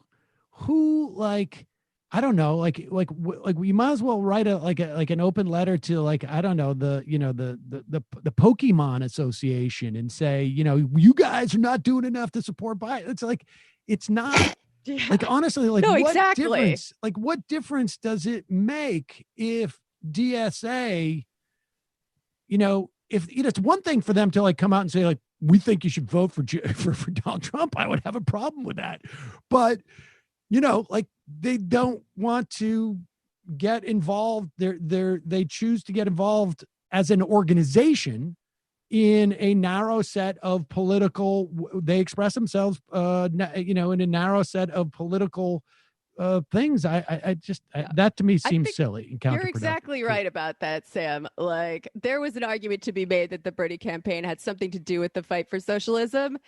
That's done now. Like, no one's seriously trying to make that argument about Joe Biden. So individual members can do what they want. People don't all agree on it within the organization, but it's just not a pressing enough issue for the work that we are doing to try to come to some sort of practical unity on it. I think it's just simply not part of the mandate of the organization to get involved, as an organization, to get involved in that type of an electoral. Like, there's no point in them making a proclamation about it. But all right, let's move on. Let's change the focus of our criticism to not to a guy we think is going to be a leader of the Democratic Party, but to a woman who is the leader of the Democratic Party. Now, back in April, when the CARES Act had already passed, and there was a lot of criticism about the CARES Act. There was a criticism about the structure of the bill because it gave corporations essentially a green flag on this racetrack that everybody else got a yellow flag in, and was going to have negative impact down the road in terms of what it did with wealth inequality and concentration of power and whatnot. And then there was another criticism, which was, this is very bad negotiation strategy. It is, you are devoid of understanding where leverage is coming from. You have given the Republicans all the corporate goodies they want, and you have put no time limit on it, and there's no term on it, and it simply is open-ended. And then everything that you want is time limited and term limited, essentially, and also narrowly tailored. So when Nancy Pelosi passed these bills in the House and did it without really any type of real debate, wouldn't bring people back, wouldn't set up some type of massive Zoom call, wouldn't have any real opportunity to vote against it or agitate against it, didn't share it with a lot of people. This is passed in the democratically controlled House. They did not include support for municipalities. They did not include support for states. They did not include support for the Postal Service. They did not have automatic extenders, essentially, or automatic renewals, or for things like unemployment insurance, increased benefits pegged to unemployment numbers. None of that. And they were criticized. And in fact, we played this clip of all people, Jake Tapper, raising this criticism. And because it was criticism that we were leveling, that all our guests had leveled, a lot of people on the left were leveling. And I got a lot of emails. Well, how do you know better than Nancy Pelosi? Let's go back to that moment in April. Right. You and Senator Schumer made this major concession on the most recent legislation because you made it okay. So in this one, further. It wasn't a concession. No. Well, I mean, New York Governor Andrew Cuomo. I understand what Andrew Cuomo said, and I respect his perspective as a governor. But the fact is this: they wanted $250 for the PPP. We support the PPP. We're part of developing it. Small business is entrepreneurial, part of the optimism of America. So we're for that. But we wanted to include more people and more money for the program and for the hospital. So it wasn't always an interim Pause it bill. 1 second. Just to be clear, this is now she's talking about the second sort of CARES Act, where the Republicans supposedly wanted a more narrowly tailored PPP. And the Democrats wanted to open it up because a lot of people didn't have access to the first round because they didn't have the relationships with the banks and whatnot. Fine. I think there was a little bit of kabuki there by the Republicans, and a lot of that money sat on the sidelines, it turned out, in terms of the PPP. And they did get a little bit more about hospitals, but they did not realize that the Republicans wanted to expand the PPP. They were getting, this is the Paycheck Protection Act. They were getting criticism for it. This was the last bite at the apple. That's what everybody kept saying. The Republicans want something. You need to leverage it. Continue. And for the hospital. So it was always an interim bill. It was always an interim bill.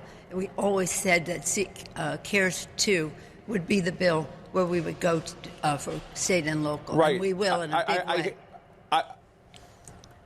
I get that, but I just want to play for you the sound from New York Governor Cuomo, because he said he needs money for his state to save New York from an economic tsunami. Take a listen to what he had to say. Right. We've been talking about funding for state and local governments, and it was not in the bill that the House is going to pass today. They said, don't worry, don't worry, don't worry, the next bill. I said to my colleagues in Washington, I would have insisted that state and local funding was in this current bill, because I don't believe they want to fund state and local governments. So Cuomo says he would have insisted on state funding in the last bill. And now Senator McConnell is saying he wants to push the pause button. Yes. Was this a tactical mistake by you and Senator Schumer? Just calm down. We will have state and local, and we will have it in a very significant way. It's no use going on to what might have been. The administration never even wanted to do. I mean, we kept this for you. When we said we're not doing 250 unless you open the door. We don't need to hear any of the remaining excuses here, okay? Calm down. When we say that we're going to come back and get state and local support, we're going to do it. And in fact, when she says CARES 2, it ended up being called the HEROES Act in the House. And the HEROES Act does have, they passed the bill that has support for local and state governments. But I don't know if Nancy Pelosi was being obtuse or she genuinely did not understand the situation that Jake Tapper understood, that apparently Cuomo understood. As much of of what Cuomo generally wants is crap. He understands how to get it. And what many people on this program, guests that we had on this program, myself, I mean, was not a profound insight that you have given the Republicans everything they want, and they have no incentive to come back and pass whatever you pass now. So yes, she passed in the House a huge bill for state and local governments under the HEROES Act. But now here she is on Dana Bash explaining what we need to do to get that money to state and local governments who are now being crushed. And we see it in the context of schools. We see it in the context of layoffs. We see it in the context of shrinking Medicaid rolls. We see it, across the board. Play this. Are negotiations going to resume, or are negotiations dead? I hope so. We have a big difference, and here's why. For example, millions of children in America are food insecure, and their families as well. But I always like to focus on the children. In our bill, we have tens of billions of dollars to address the hunger needs in our country, which are there normally, but exacerbated during the pandemic. We have tens of billions of dollars. They have $250,000. So do they care? I have a prayer that I say, let's pray for those who are hungry. Let's pray harder for those who will not feed them. Then we go to the Princeton lab on eviction lab says that we need these resources. There are going to be this many millions of evictions, and the president is going to study it. They're going to look at it. Right. Yeah. Okay. Now we don't need to. So the idea is, in April, it's take it easy. We're going to pass a bill. And in August, it's pray for everybody. Ugh. The bottom line is, it is the case that the Democrats have done it, and it is the case that the Republicans have stood in the way of this. But it is undeniable that either Nancy Pelosi has no idea who she's going up against, and no idea how to address them, and no idea how to prioritize needs, so that she can leverage what little power she has in controlling only one branch of the government, or she's just full of it. There's no third answer here, because like everybody knew. And if I knew, and guests we had on the show knew, and Andrew Cuomo knew, and Jake Tapper knew, everybody knew. And they pretend like to get upset about this is silly. There was no pressure on the Democrats to expand the PPP in that moment. And getting funding for hospitals in the middle of a pandemic, for them to think that the Republicans were not going to, I mean, they basically said, you pretend you don't want this and we'll pretend we're delivering it. It's really just, and here's the thing.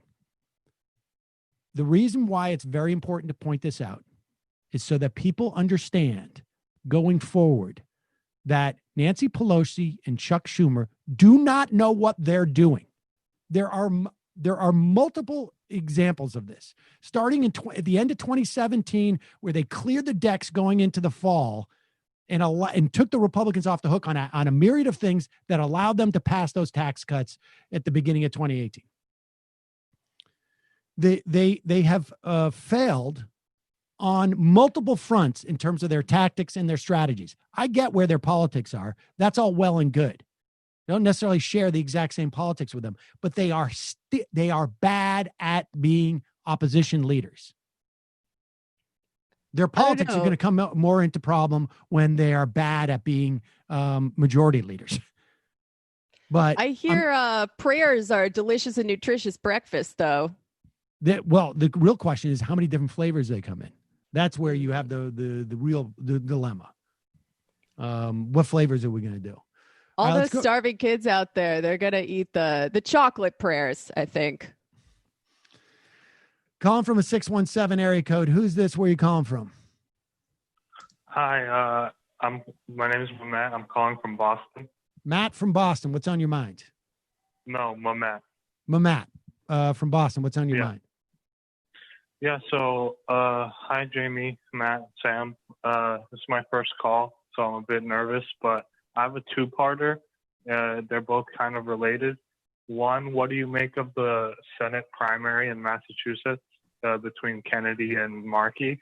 And two, what do you make of the race to replace Kennedy in the House? All right, appreciate the call. We'll take it off air. I will be honest with you. I don't know much about the race to replace Kennedy. I don't know the players in that. I think Markey is. I think we should keep Markey. I mean, if I was in Massachusetts, I would keep Markey. I think Kennedy is probably up a little bit in the polls right now, and I think there's also sort of like in Massachusetts, maybe this is the case in other states, and I just am not aware of it. I know New York has its own dynamic as well. But in Massachusetts, there is a politics are like just sort of shockingly personal in some way. I don't know personal, but like there's a lot of relationships. There's a very, very strong old boy, although some of it also includes girls. Old boy and girl network and I have a feeling that Markey might be on the outs in that network. And so I think Kennedy is doing better than he probably should, all things considered. And the name Kennedy has a lot of resonance in Massachusetts. So, I mean, as someone who is intimately acquainted with the masshole mindset, is there anything that could convince these people to stop supporting a member of the Kennedy clan? Call him a whiner. He's whining about being cyberbullied by the online left. Right. I mean, the only thing I can imagine is like, you could say like, the apple doesn't fall from the tree. But the apple from the tree, when that becomes a tree and the apple falls, and then the tree grows and the apple falls, that's actually pretty far from the original tree. And then that's the way I would do that. Like that tree, that apple is like, it's not actually from the tree. It's from the tree that came from the apple that came from the apple. And so in that instance, that apple's pretty far away. It's like a copy of a copy of a copy of something that wasn't that good to begin with. Well, okay, now you got to take it easy. Now you got to take it easy. I'm from Connecticut, so you know better than me. Yeah, go tell it to Joe Lieberman. Calling from a 201 area code. Who's this? Where are you calling from? Can you hear me? Yes. Hey, sorry, I was on my headset. First of all, Michael, I'm going to miss his intellect, his humor, and his spirit. And I just want to comment, his last show for MR on Thursday was, that Thursday, his parting words were, be kind to each other, be good to each other. And that's how I'll remember him. Yeah. So that was great. It's a great Now, show. I'm calling about the post office. First of all, you could add, if Biden loses, you're screwed on the post office. And for the end of time, I'll talk about the courts. You'll be screwed on the courts. Courts. I've been saying that for years and people don't listen. So anyway, I'll add that. Then finally, I'm retired FedEx and I'm on my pension. And the thing is, the dirty little secret inside the company for years is, when can we get our hands on the post office? It was always talked about openly. And the other thing is, people don't realize is we ship $2 billion a year of postal mail that we handle. So that creates an interesting scenario if that changes. And the other thing, when FedEx started, the only reason they could start is because the post office is a monopoly, and Title 39 of the code says you can't put letters in post offices besides the government, and you cannot, what's the other one? It says, oh, geez, I can't remember right now, is, a letter. A letter is only defined by the U.S. government. So the way FedEx got around it in the early days, I started with the company in 82. We entered the market in 74, is originally FedEx letters said extremely urgent material on it. So that was the only way they could crack the market. And so the point is, this is going to be a lot more complicated than anyone thinks to try to break up the postal service. And finally, the other thing is FedEx is an airline, technically not a ground company. And our pensions are only funded 50%. Most American companies are only funded 50%. So what happens is they're underfunded. So when airlines and other companies go under, and I know employees from Piedmont Airlines, and they lose 50% of their pension right off the bat when the companies go under. That is another reason that the Postal Service is in trouble, because of the full fund. So. Right. All right. I'm sorry. What was your name again? Louis in Palm Springs. Louis in Palm Springs. Appreciate the call. Yeah, it's really, one last thing. You know what I do now, Sam? I use eBay as much as possible, not Amazon as much as, because eBay, if you are willing to wait a couple of days, you use the post office. It's a double win. So anyway, that's good. Yeah, I'm thanks. I appreciate it. I've made a very concerted effort to avoid Amazon whenever possible. Some instances I know for people it's not necessarily possible, but I find it like, it's not like Target's such a great place, but I prefer, I'll do Target, or I will do a lot of eBay these days. That's a good idea. I hadn't thought of that. Nobody ruin newegg.com for me, please. Right. A Newegg, it's just a matter of you got to have a bunch of apps, the convenience of Amazon, where it's just boom. But if you have a bunch of apps and you set them up one time, it's just as easy. This was funny. Donald Trump really, really seems like does not like taking questions from women who get up in his grill, as it were. And you can get up in Donald Trump's grill just by simply saying, what are you talking about? You're not that's not accurate. Here is Paula Reed from CBS asking Trump why he brags about veterans' choice. This is something, if I'm not mistaken, this was like a McCain-Sanders bill that passed 2 years before Donald Trump became president. And here is that question. And watch Donald Trump's reaction. It's rather amusing. Why do you keep saying that you passed veterans' choice? Oh, pause it. I should be clear. Pause it for 1 second, and we'll go back. He is, we'll start it over. He is giving his press conference. This happened 7:30 p.m. Friday night at the Bedminster Club in New Jersey, his golf club. And it was the most bizarre situation you could imagine. He is surrounded. Jamie, did you see the video from this? No. It's nuts. He's at it's a golf club, and it must have been I don't know, my understanding is $300,000 a year to join. Oh, you know what? So, I did see some stills from it. Looked you pretty see lit. all the golfers are around in what I imagine must be the, Après Golf Lounge and maybe eatery. And they're all there just in their golf gear. And they, of course, love Donald Trump. And there was a real quality to this that, with every membership for $300K, you get to see the president deliver at least one press conference every 6 months. There was that quality to it. They have some dinner clubs where you you pay, I don't know, $200 a month. And you can also just apply that to your meals there.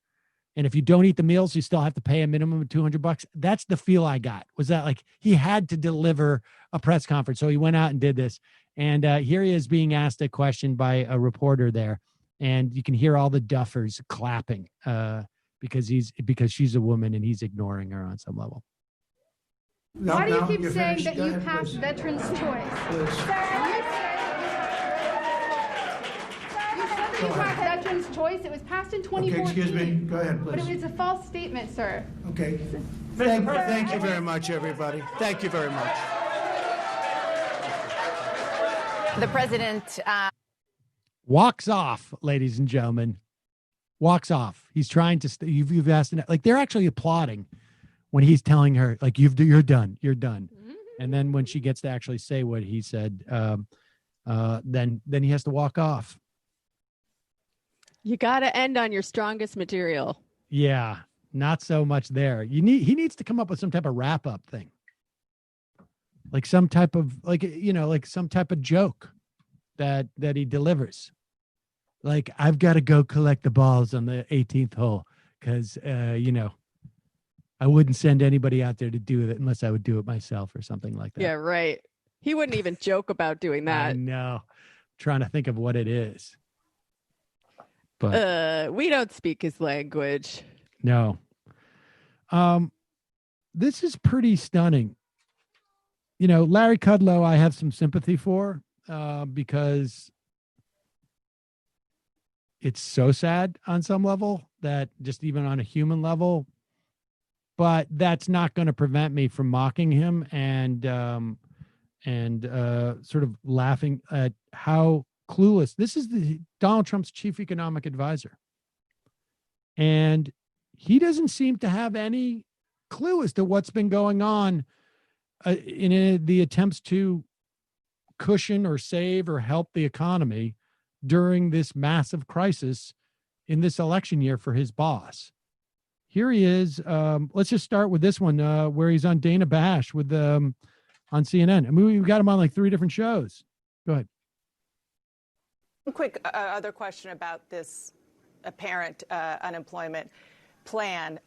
We've talked to experts about this who say that even if this did happen, that it could take months to get this new system up and running. You agree with that? No, I don't. The Labor Department working with the states. States believe it can happen much, much faster than that.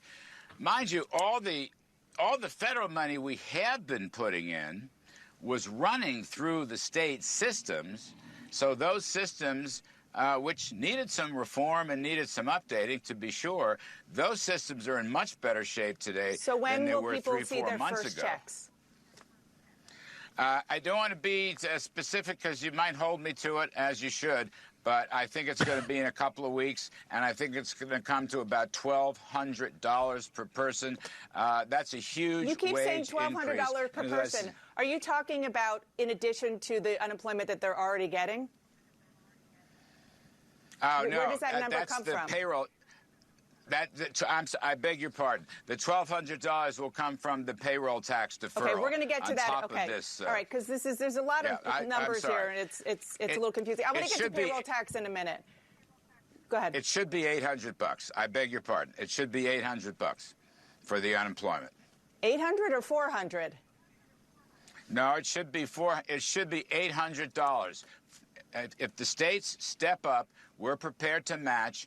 That should come out $400 federal, $400 states. Okay, we'll move on because I think that's not what the president said, and it's a bit confusing. Now this is Dana Bash also apparently knowing. Okay, let's walk through this. What did the president basically say that the executive orders he was issuing? One was a delay in the payroll tax. We'll talk about that in a minute. But the other was unemployment aid, federal aid, has been an extra $600 a week. And then you get whatever the state was giving you. That is a function of a percentage of how much you were making before you lost your job. Democrats want to extend the $600 a week. That's $2,400 a month, more or less 4 weeks in a month. The Republicans wanted a $200. The president's going to supposedly executive order $400 a week. Now, there's a catch to that. 100 of that is supposed to come from the states who have no money. And the states are not going to match that, not going to give that extra 100. So it's going to be 300. It's also that money is so there's no 800 involved in this in any fashion whatsoever. It's not 800 a month. It's not 800 a week. There is no 400 matching from the states. There is 100 matching to the 300 that are coming from the federal government, but the state does not have that money. And it's unclear whether the people on unemployment will get the other 300 if the state doesn't include the 100. On top of which, there's no money that's been allocated for this. He is taking money from the Department of Homeland Security's Disaster Relief Fund, which during hurricane season. During hurricane season. So it's unclear whether that money's going to, this is all, in other words, it's all for show. So much so that Donald Trump's chief economic advisor couldn't even tell you what the hell they were getting. He couldn't even go through it because nobody took it seriously anyways, even in the White House. Now, maybe we've just seen that Kudlow had no idea what the expansion or the extension or the partial extension of the federal unemployment insurance bump would be. Let's see if he knows anything about the eviction moratorium that Donald Trump supposedly extended. Here he is on George Stephanopoulos' show. A second key point was the eviction moratorium. Because the Democrats rejected various compromises, at least twice, to my knowledge, President felt he had to take action, and it will be timely action, and it will be temporary action, to be sure, probably mostly out to the end of this year. But let's help those who still need help. But Larry, in fact, the president doesn't extend great progress, but we had to take action. In fact, the president doesn't extend the federal eviction moratorium. I looked at the executive order. It doesn't do that. It simply directs HUD to find a way to help people and identify federal funds. It doesn't include extending the eviction moratorium. Hey, what happened? Well, look, that's not entirely true. I mean, in there. Well, it is true. Secretary of Health, if any determination is made that there's a health threat of community spread due to evictions or forbearance due to coming on top of evictions, that they would take action. So that's clear, and I think that's exactly what the health secretary is going to do. We also are going to be working through other agencies to spend some money for example, rental assistance. And federally backed housing, whether it's single family or multifamily, if there's any forbearance or if landlords make a request, then there will be no eviction during that process. So it just says there's going to be a review. I can tell you, George, the intent of that is that the review will prevent any evictions. We've been fortunate so far, but this is a guardrail, and it will work out beautifully. Okay, I understand that. You say that's the intent. Just to clarify, because I'm reading page 3 of it right here. It says such action may include encouraging and providing assistance to public housing authorities, affordable housing owners, landlords, and recipients of federal grant funds, and minimizing evictions and foreclosures. It doesn't talk about it extending. Yeah, in other words, everything that Larry Kudlow just said was made up. It was not only overly hopeful, it was also made up. And the idea that we've been able to just by chance avoid, massive evictions, no. That was because there was specifically a moratorium placed on evictions. What the president did was nothing. He said that if this is narrowly in your perspective, in your portfolio, you can decide if you want. And it seems like it's on a case-by-case basis, which is going to be impossible to administer. You can decide that there are some evictions that can be punted. It's absurd. It's absurd. And let's just also talk about, for a moment, the payroll tax thing, because this is important for people to understand. Donald Trump said two things this weekend. In addition to his pretending that there's an extension of federal unemployment aid, and in addition to pretending that there's an extension of a eviction moratorium. And be clear here, an eviction moratorium is wildly insufficient. Nobody's going to come back and say like, oh, well, despite the fact that I had no job for the past 6 months, I've saved up enough money to pay off all the rent I owed over those 6 months at one time. It's just, or even that they're going to be able to like, oh, you can amortize this over the next 2 years. You can pay an extra. I mean, it's just, if you're worried about the landlords, send them a check on behalf of their renters. I'm not saying that you should be worried about the landlords, but if that's what you're worried about, then send them a check. But this payroll tax deferral, every month, every week or 2 weeks or whenever you get paid, if you're working W-2, your employer takes out, so I think about 6-7% of, well, 14% of your, 6-7% out of your paycheck, and they match it with 6-7% that they pay into the system. That money goes towards Medicare funding and Social Security funding. What Donald Trump has proposed is for Treasury, and I think he can do this legally. I think so, because it's sort of a discretionary thing and like a functioning of an executive agency. I think, I'm not 100% sure about it. He's basically telling the Treasury not to collect this money. Now, if you're an employer and you are responsible for withholding that money from your employee, I think that what you're probably going to do in most instances, I don't know that I would do it necessarily, but certainly employers are going to do this if they can get away with it. They're going to put the money in escrow, and they're just simply not going to pay the bill that they know is coming in 6 months.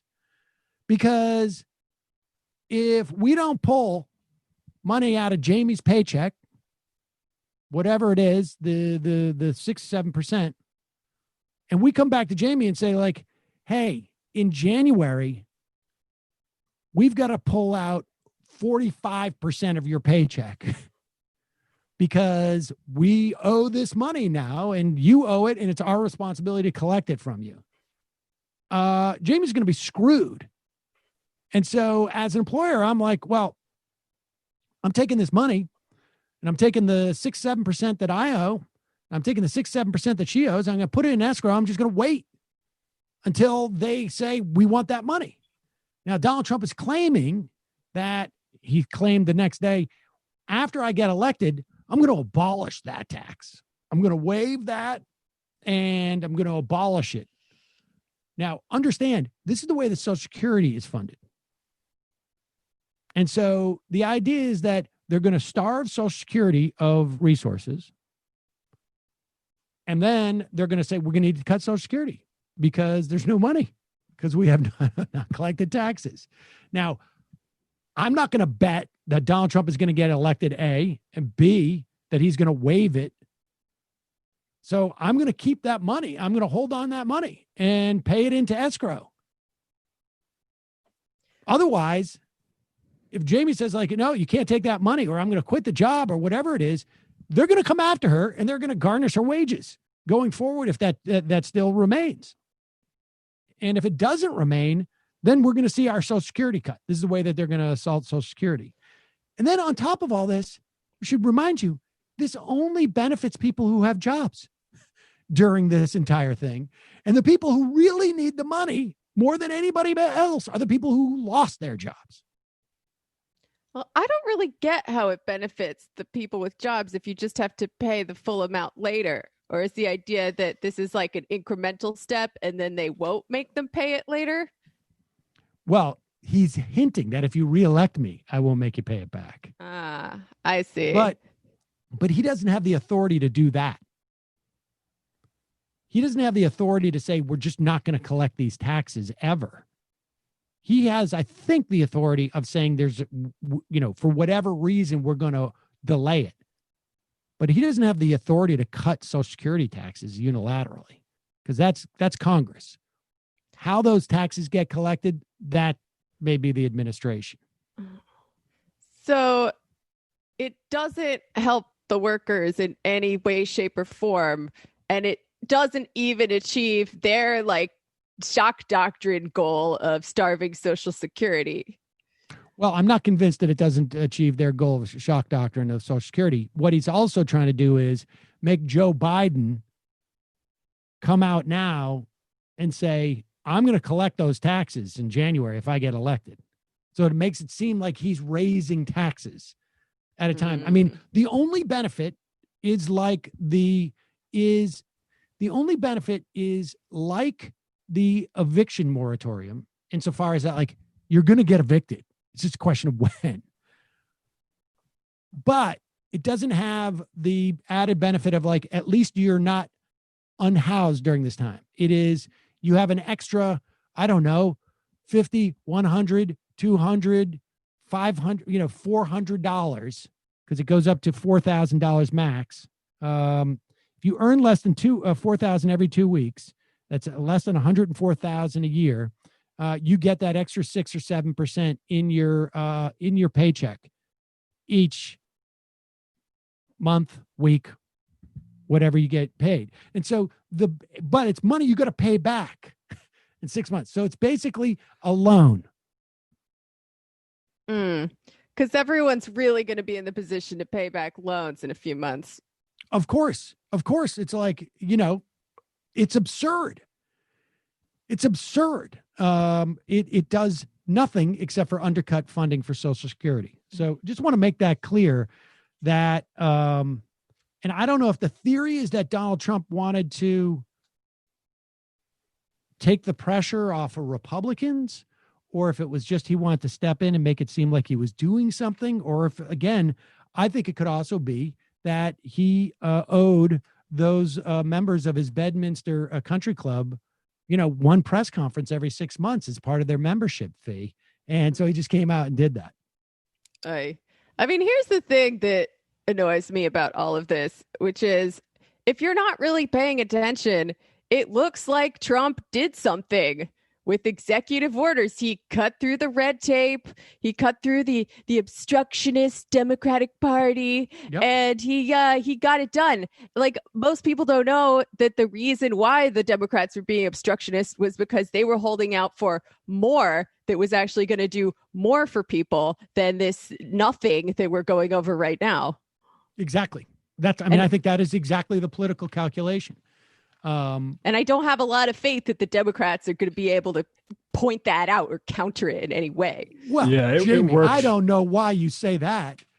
You don't think that the Democrats are going to get out there and make it really clear that Donald Trump, what he's doing is both completely vacuous and, perhaps dubious in terms of illegality? Well, maybe you haven't seen Chuck Schumer really bringing the heat on George Stephanopoulos this weekend.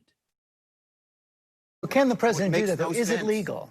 Is it legal? Well, I'll leave that up to the attorneys. It doesn't do the job. It's not going to go into effect in most places because for weeks or months, because it's so put together in a crazy way. If he just would have renewed the $600 as we do in the Heroes Bill through January, things would flow smoothly. How about the payroll tax? So in other words, the message from the Democratic Party is it's not enough. Don't know if he could do it, but if he had just done the 600, and I mean, there is just these guys, and we went through this with Pelosi before. They basically put themselves in a position where they did not have any leverage. And I don't know if they did it on purpose. I don't think it would have been an ideological thing in this instance, because they certainly had no problem, voting for expansion of COBRA, which is completely in line with their ideology. So there are examples where they do that. But in terms of the things that they actually want, they put themselves in a position where they had zero leverage to make it happen. And then just, they've been given this gift by Donald Trump not taking the opportunity to say, like, you know what? F it. $2,000 for everybody. Boom. Done. I think they would be afraid and they rightfully so, that would help him significantly in the election. This was sort of interesting. Ainsley Earhart shows some shock at a number that is actually quite shocking. Over the course of our, coronavirus spring and summer, about 340,000 children tested positive since the pandemic began. Now, you don't get children tested that much. They don't exhibit symptoms more often than not, or they don't have any symptoms. So it's not terribly surprising that over the course of the time, 340,000, we have well over 5 million cases. What is a little bit shocking is that almost 100,000 of that 340,000 number, remember, the pandemic started in mid-March. I think that's where they're counting from. That is April, May, June, July. So 4 solid months plus 2 half months, 5 months, about 20 weeks ago. 340,000 over the course of 20 weeks. Almost 100,000 of those came in the last 2 weeks of July. So there's been a significant uptick. Maybe it's a function of parents just suddenly deciding they want to take their kids to get tested. But here's Ainsley Earhart, sort of just like, wait, what? That's not what we've been telling people on our network. All worried about sending our kids back to school. What is that going to look like for our country and for our elderly grandparents and things like that? 97,000 kids have tested positive. That was such a shock to me because I had heard kids really don't get it. If they do, they're all going to be okay. Do you know any details about that percentage of kids that did get it? Are they all doing okay? Do you have any deaths? I don't know about the mortality and morbidity right now in that group. That was just in 2 weeks. So about 100,000 new cases in pediatric kids just in 2 weeks. And I can guarantee you that number is actually much higher. We don't really test kids that often. They're usually asymptomatic. They have very mild symptoms, but they're still shedding this virus. So that is going to artificially be low no matter how good we are about testing right now. Mm-hmm. That's what we're worried about right now is sending these kids to school and sending them home. And it's not the kids so much we're concerned about. Obviously we are, but it's their grandparents, their parents, when their parents then go to work, who they're spreading this to. Yeah, right. We're just going to have to be extremely careful because most of Americans want the kids back in school, but we want to do it safely. But it is true, though, that when the kids get it, they don't have you said it's just minimal side effects, right? If they even see those at all. Well, so that's majority of them. So the likelihood of death and the likelihood of critical illness is lower, but it's possible. I mean, a 7-year-old just died in Georgia with no medical problems. We hear about this and we see it all the time. Kids get sick. They get multi-system inflammatory syndrome from this. They can get ill from this. The likelihood is just lower. So they're not immune to this. They definitely can fall ill.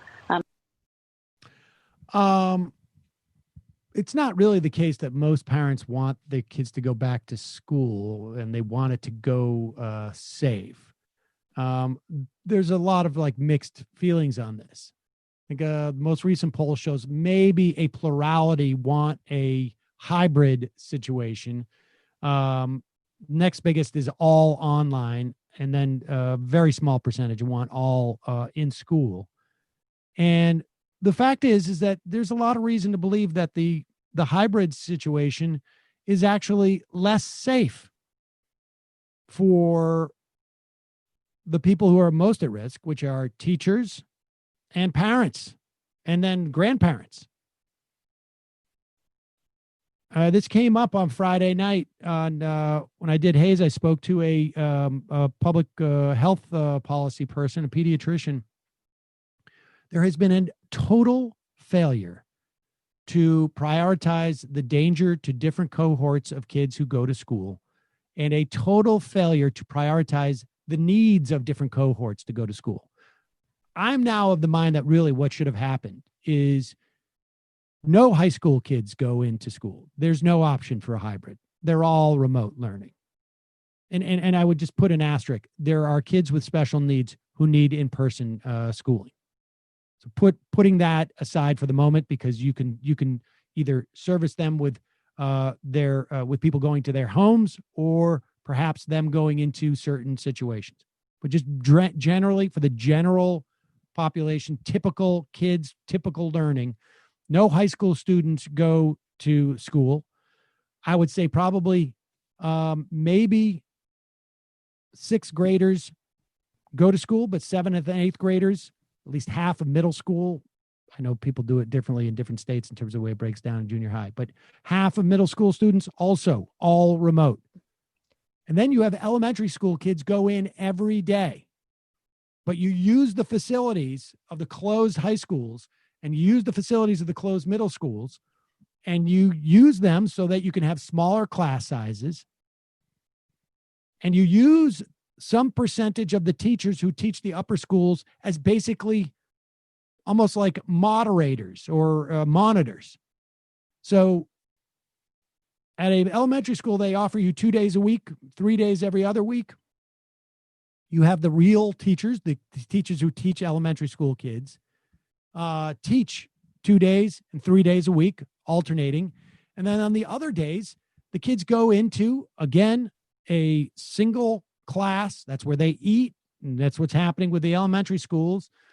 And they're there with a teacher who is used to teaching older kids and basically just moderates them and follows the curriculum that is going from the regular teachers. But to mix these networks doesn't make any sense. The hybrid system doesn't make any sense. And it only is there to spread out to diminish the class size. And high school students they transmit it easier, and their need for in-class schooling is less. But we would never get to that because there has been a complete failure of our government and, frankly, I mean, to our media. But I don't know how in any situation you could have the president of the United States going out there spewing this stuff, or any leader of any country in the entire administration spewing just misinformation, and any other sector of society getting it right. It's just not. It's hard enough to do this when everybody's doing everything right.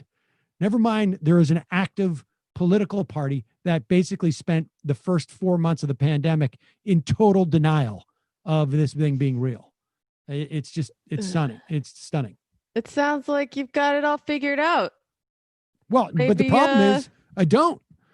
I mean, I can tell you, like, you know, I think there's a lot of parents who are just like, Cuomo's not going to open up schools in New York State. They are, and certainly, you know, New York State now has a below 1 R naught, is my understanding, which means that for every one person who catches it, they're transmitting it to less than one person.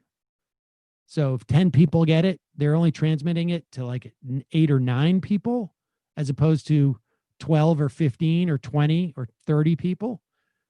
So this context in New York is the best context you could hope for. But once we go inside, once things get cold, it's going to be a real problem. Yeah. It's almost like regular dads like you should have more of a say in what goes on in the school reopenings. You get an option, but I don't blame, they're working against, look, 44% of people want a mix of in-person and online instruction, right?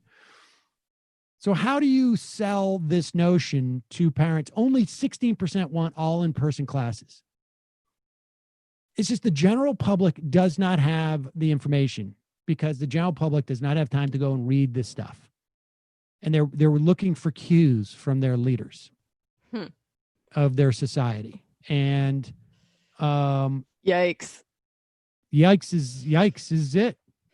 I will say I am 100% on board with canceling middle school. It is a horrible experience that no one should have to go through. And the other thing is, like, you know, people have said to me, like, this must be a really tough time to be a high school student. And of course, like, the kids in general are having, this is incredibly difficult on them. But in terms of like communication, you know, I feel like my daughter's been training for this for years. Like the ability to maintain her friendships through Insta and Snap and FaceTime. And, you know, boys through their PlayStation, group games. I mean, it's not sufficient, but it's like, I think it would have been much harder for us when we were kids to, in high school, to miss out on, you know, like the socialization, because it all happened obviously in person, some of it on phone, but you can only do so much. So I had AOL Instant Messenger. Oh, all right. Well, I did not. I would have loved it. I mean, I don't know if it would have been good for me necessarily, but I would have loved. I would have just been playing Xbox 360. Yeah, Holy and crap. I could exclude the bullies from my AOL chats. There are no House votes until the week of September 14th. This is according to Steny Hoyer. House is in session for only 13 days before Election Day. What? My God. That seems bad. Yep. Like, why? I don't know if they're using it as leverage and maybe they call people back, but I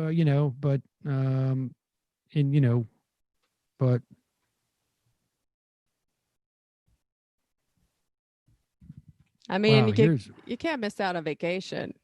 No, you got to get to Martha's Vineyard sometime. Indeed.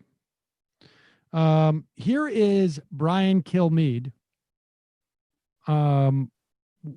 arguing, and this is, so much of this is revisionist, right? In terms of protesting that went on in the 60s and the things that led to civil rights reforms, be they as they may, and Black Lives Matter protesters. Here's Brian Kilmeade explaining the difference to those who don't know it. If you look at the 60s with the racial unrest, if you want to know what the issues were and how to solve them, you sit down and listen to James Baldwin. You look at Martin Luther King Jr. You talk to Malcolm X, and they sit down and meet the press, and they sit down with the news stores of that day, and they say, this is exactly what's wrong with America, and this is how I want to fix it. There's nobody to talk to on the other side because it's been swamped by shirtless skateboarders who evidently are getting paid direct deposit from Antifa. So let's talk about 2020 and what it means for our future. Wait, what? These guys getting direct deposits? Yeah, I haven't gotten Antifa mine doing yet. direct deposit? I gotta check my bank account. Mine's a little late this month, I think. George Soros has been trying to launch the shirtless X Games for a long time now. Yeah, I refused to take my shirt off when I was skateboarding, so I didn't get the direct deposit. I'm pretty upset about it. Are they getting W-2'd on this? Like, are they going to be part of the payroll tax deduction moratorium? No, I think it's contract work. They're 1099. 1099 for that? Yeah. Okay. So it's going to make a headache during tax season next year, but it's kind of worth it. Really hard to find people who will articulate what's going on. Like, there's just no way to figure out, like, what could this possibly be about? Like, who could imagine? I mean, I've listened to a number of alternative media sources just in the past week alone with various people who are involved with this movement talking about the different aspects of it. But maybe it doesn't count if they're not on the mainstream bourgeois press. Yeah, but how many of those were shirtless skateboarders, Jamie? Right. Well, you couldn't see if it was just audio only. But let me ask this. How many human beings on the planet believe that if Malcolm X or Baldwin or Martin Luther King were alive today, that Fox News would have them on for a discussion about what they're interested in? Yeah, right. Yeah. I don't know. Honestly. I'm trying to think of a scenario where they would do that. Maybe like when they had the debate on socialism between Richard Wolff and what's his name on the other side. Maybe they'd have something like that. I don't know, folks. I don't think Brian Kilmeade is exactly the steward of James Baldwin's legacy. Yeah, we have his Baldwin history, yeah. Yeah, I find that hard to believe. But... Eddie Glaude, I'm coming for you, buddy. Exactly. All right, folks, I'm sorry. We're not going to get to any calls anymore. I'm going to take 3 or 4 IMs, and then we're going to get out of here. I'm sorry. We're just a late day. But tomorrow, news day, so we'll be wide open. Assy McGee, what was it like to listen to the radio with your whole family when you were a kid? That is actually not when I'm not quite that old. The Chris Lapaco, Ben Shapiro got busted setting up a fake Antifa recruitment website. He promised calls from the leader of Antifa. True story. You know what? I've seen that. I'm skeptical about that. I think it might be that guy who does those. I don't know. We'll talk about it tomorrow. I'm skeptical that was really Ben Shapiro's, but maybe. Sway Dartha. What is the value of not voting for Biden at this point outside of illustrating profound ignorance of how our system works or abject petulance? Do you also hit yourself in the face with a shovel just to prove how original you are? I frankly, honestly, I mean, like, the value of not voting for Biden in a swing state where you're voting for a specific candidate, might show some dissatisfaction with Biden, but I think that has more salience, obviously, during a primary, or if there's a third party candidate, I don't know, but maybe. What you do on an individual level or don't do doesn't really matter that much. I think it matters more on the level of groups and organizations. Well, that runs a little bit contrary to what you were saying about the DSA, but I would argue that if 900 people who are, we have more, let me put it this way. We have more people who listen to this show from Florida who could have made the difference in the 2000 election. I mean, look, if socialists had the numbers and the power to do like an organized boycott, unless they incorporate Medicare for all and such into the platform, I'd say that might be an effective strategy, but we really don't. So for what it's worth, like, I realize I've been very dialectical in how I talk about this because I can see many different points of view on the subject. There is a chance that Biden would be a material benefit over Trump, then probably do it for whatever it may do, but don't confuse it with, the fight for socialism or whatever. Right. I think that's fair. Rick Scott looks like a penis. I'm a teacher and a newly minted union VP thanks to the MR crew. Oh, yeah, that's going to get one of these.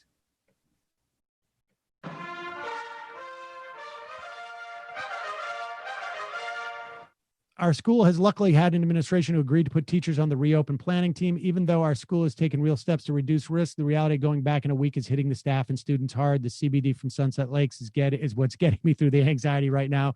Tell me about it. Looking how it's going at schools that opened early, I don't see how we don't end up with a nationwide COVID explosion. They shut us down again. Wear a mask to get schools opened should have been the message from day one instead of focusing on businesses, because without a place to put your kids, people can't work.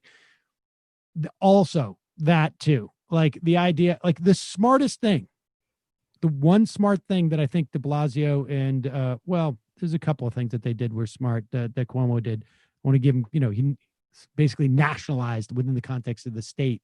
I don't know what the verb is. Made one system of healthcare in New York. Did it too late, and it doesn't make up for the fact that he cut a lot of stuff that made it. You could see the death disparities.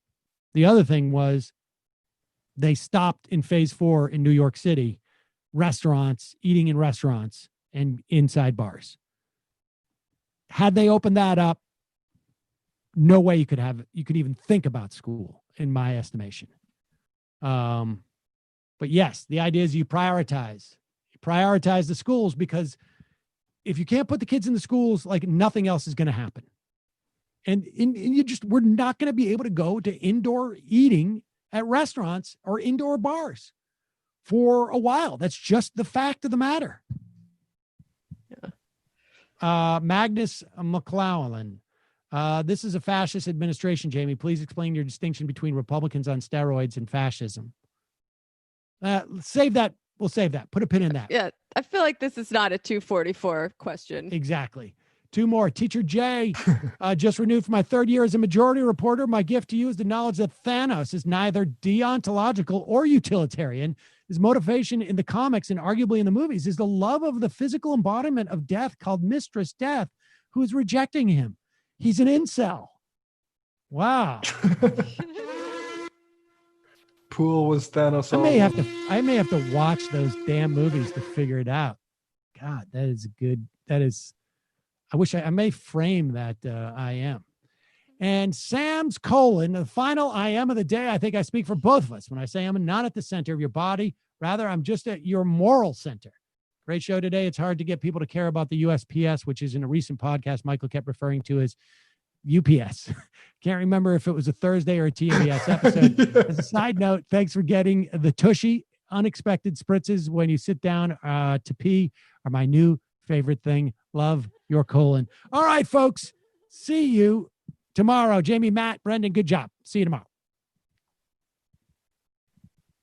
It might take all the strength I got to get to where I want, but I know somehow I'm gonna get there. I wasn't looking when I just got caught, could see the truth in the light bar, but finding out won't make me feel any better. Yeah, I know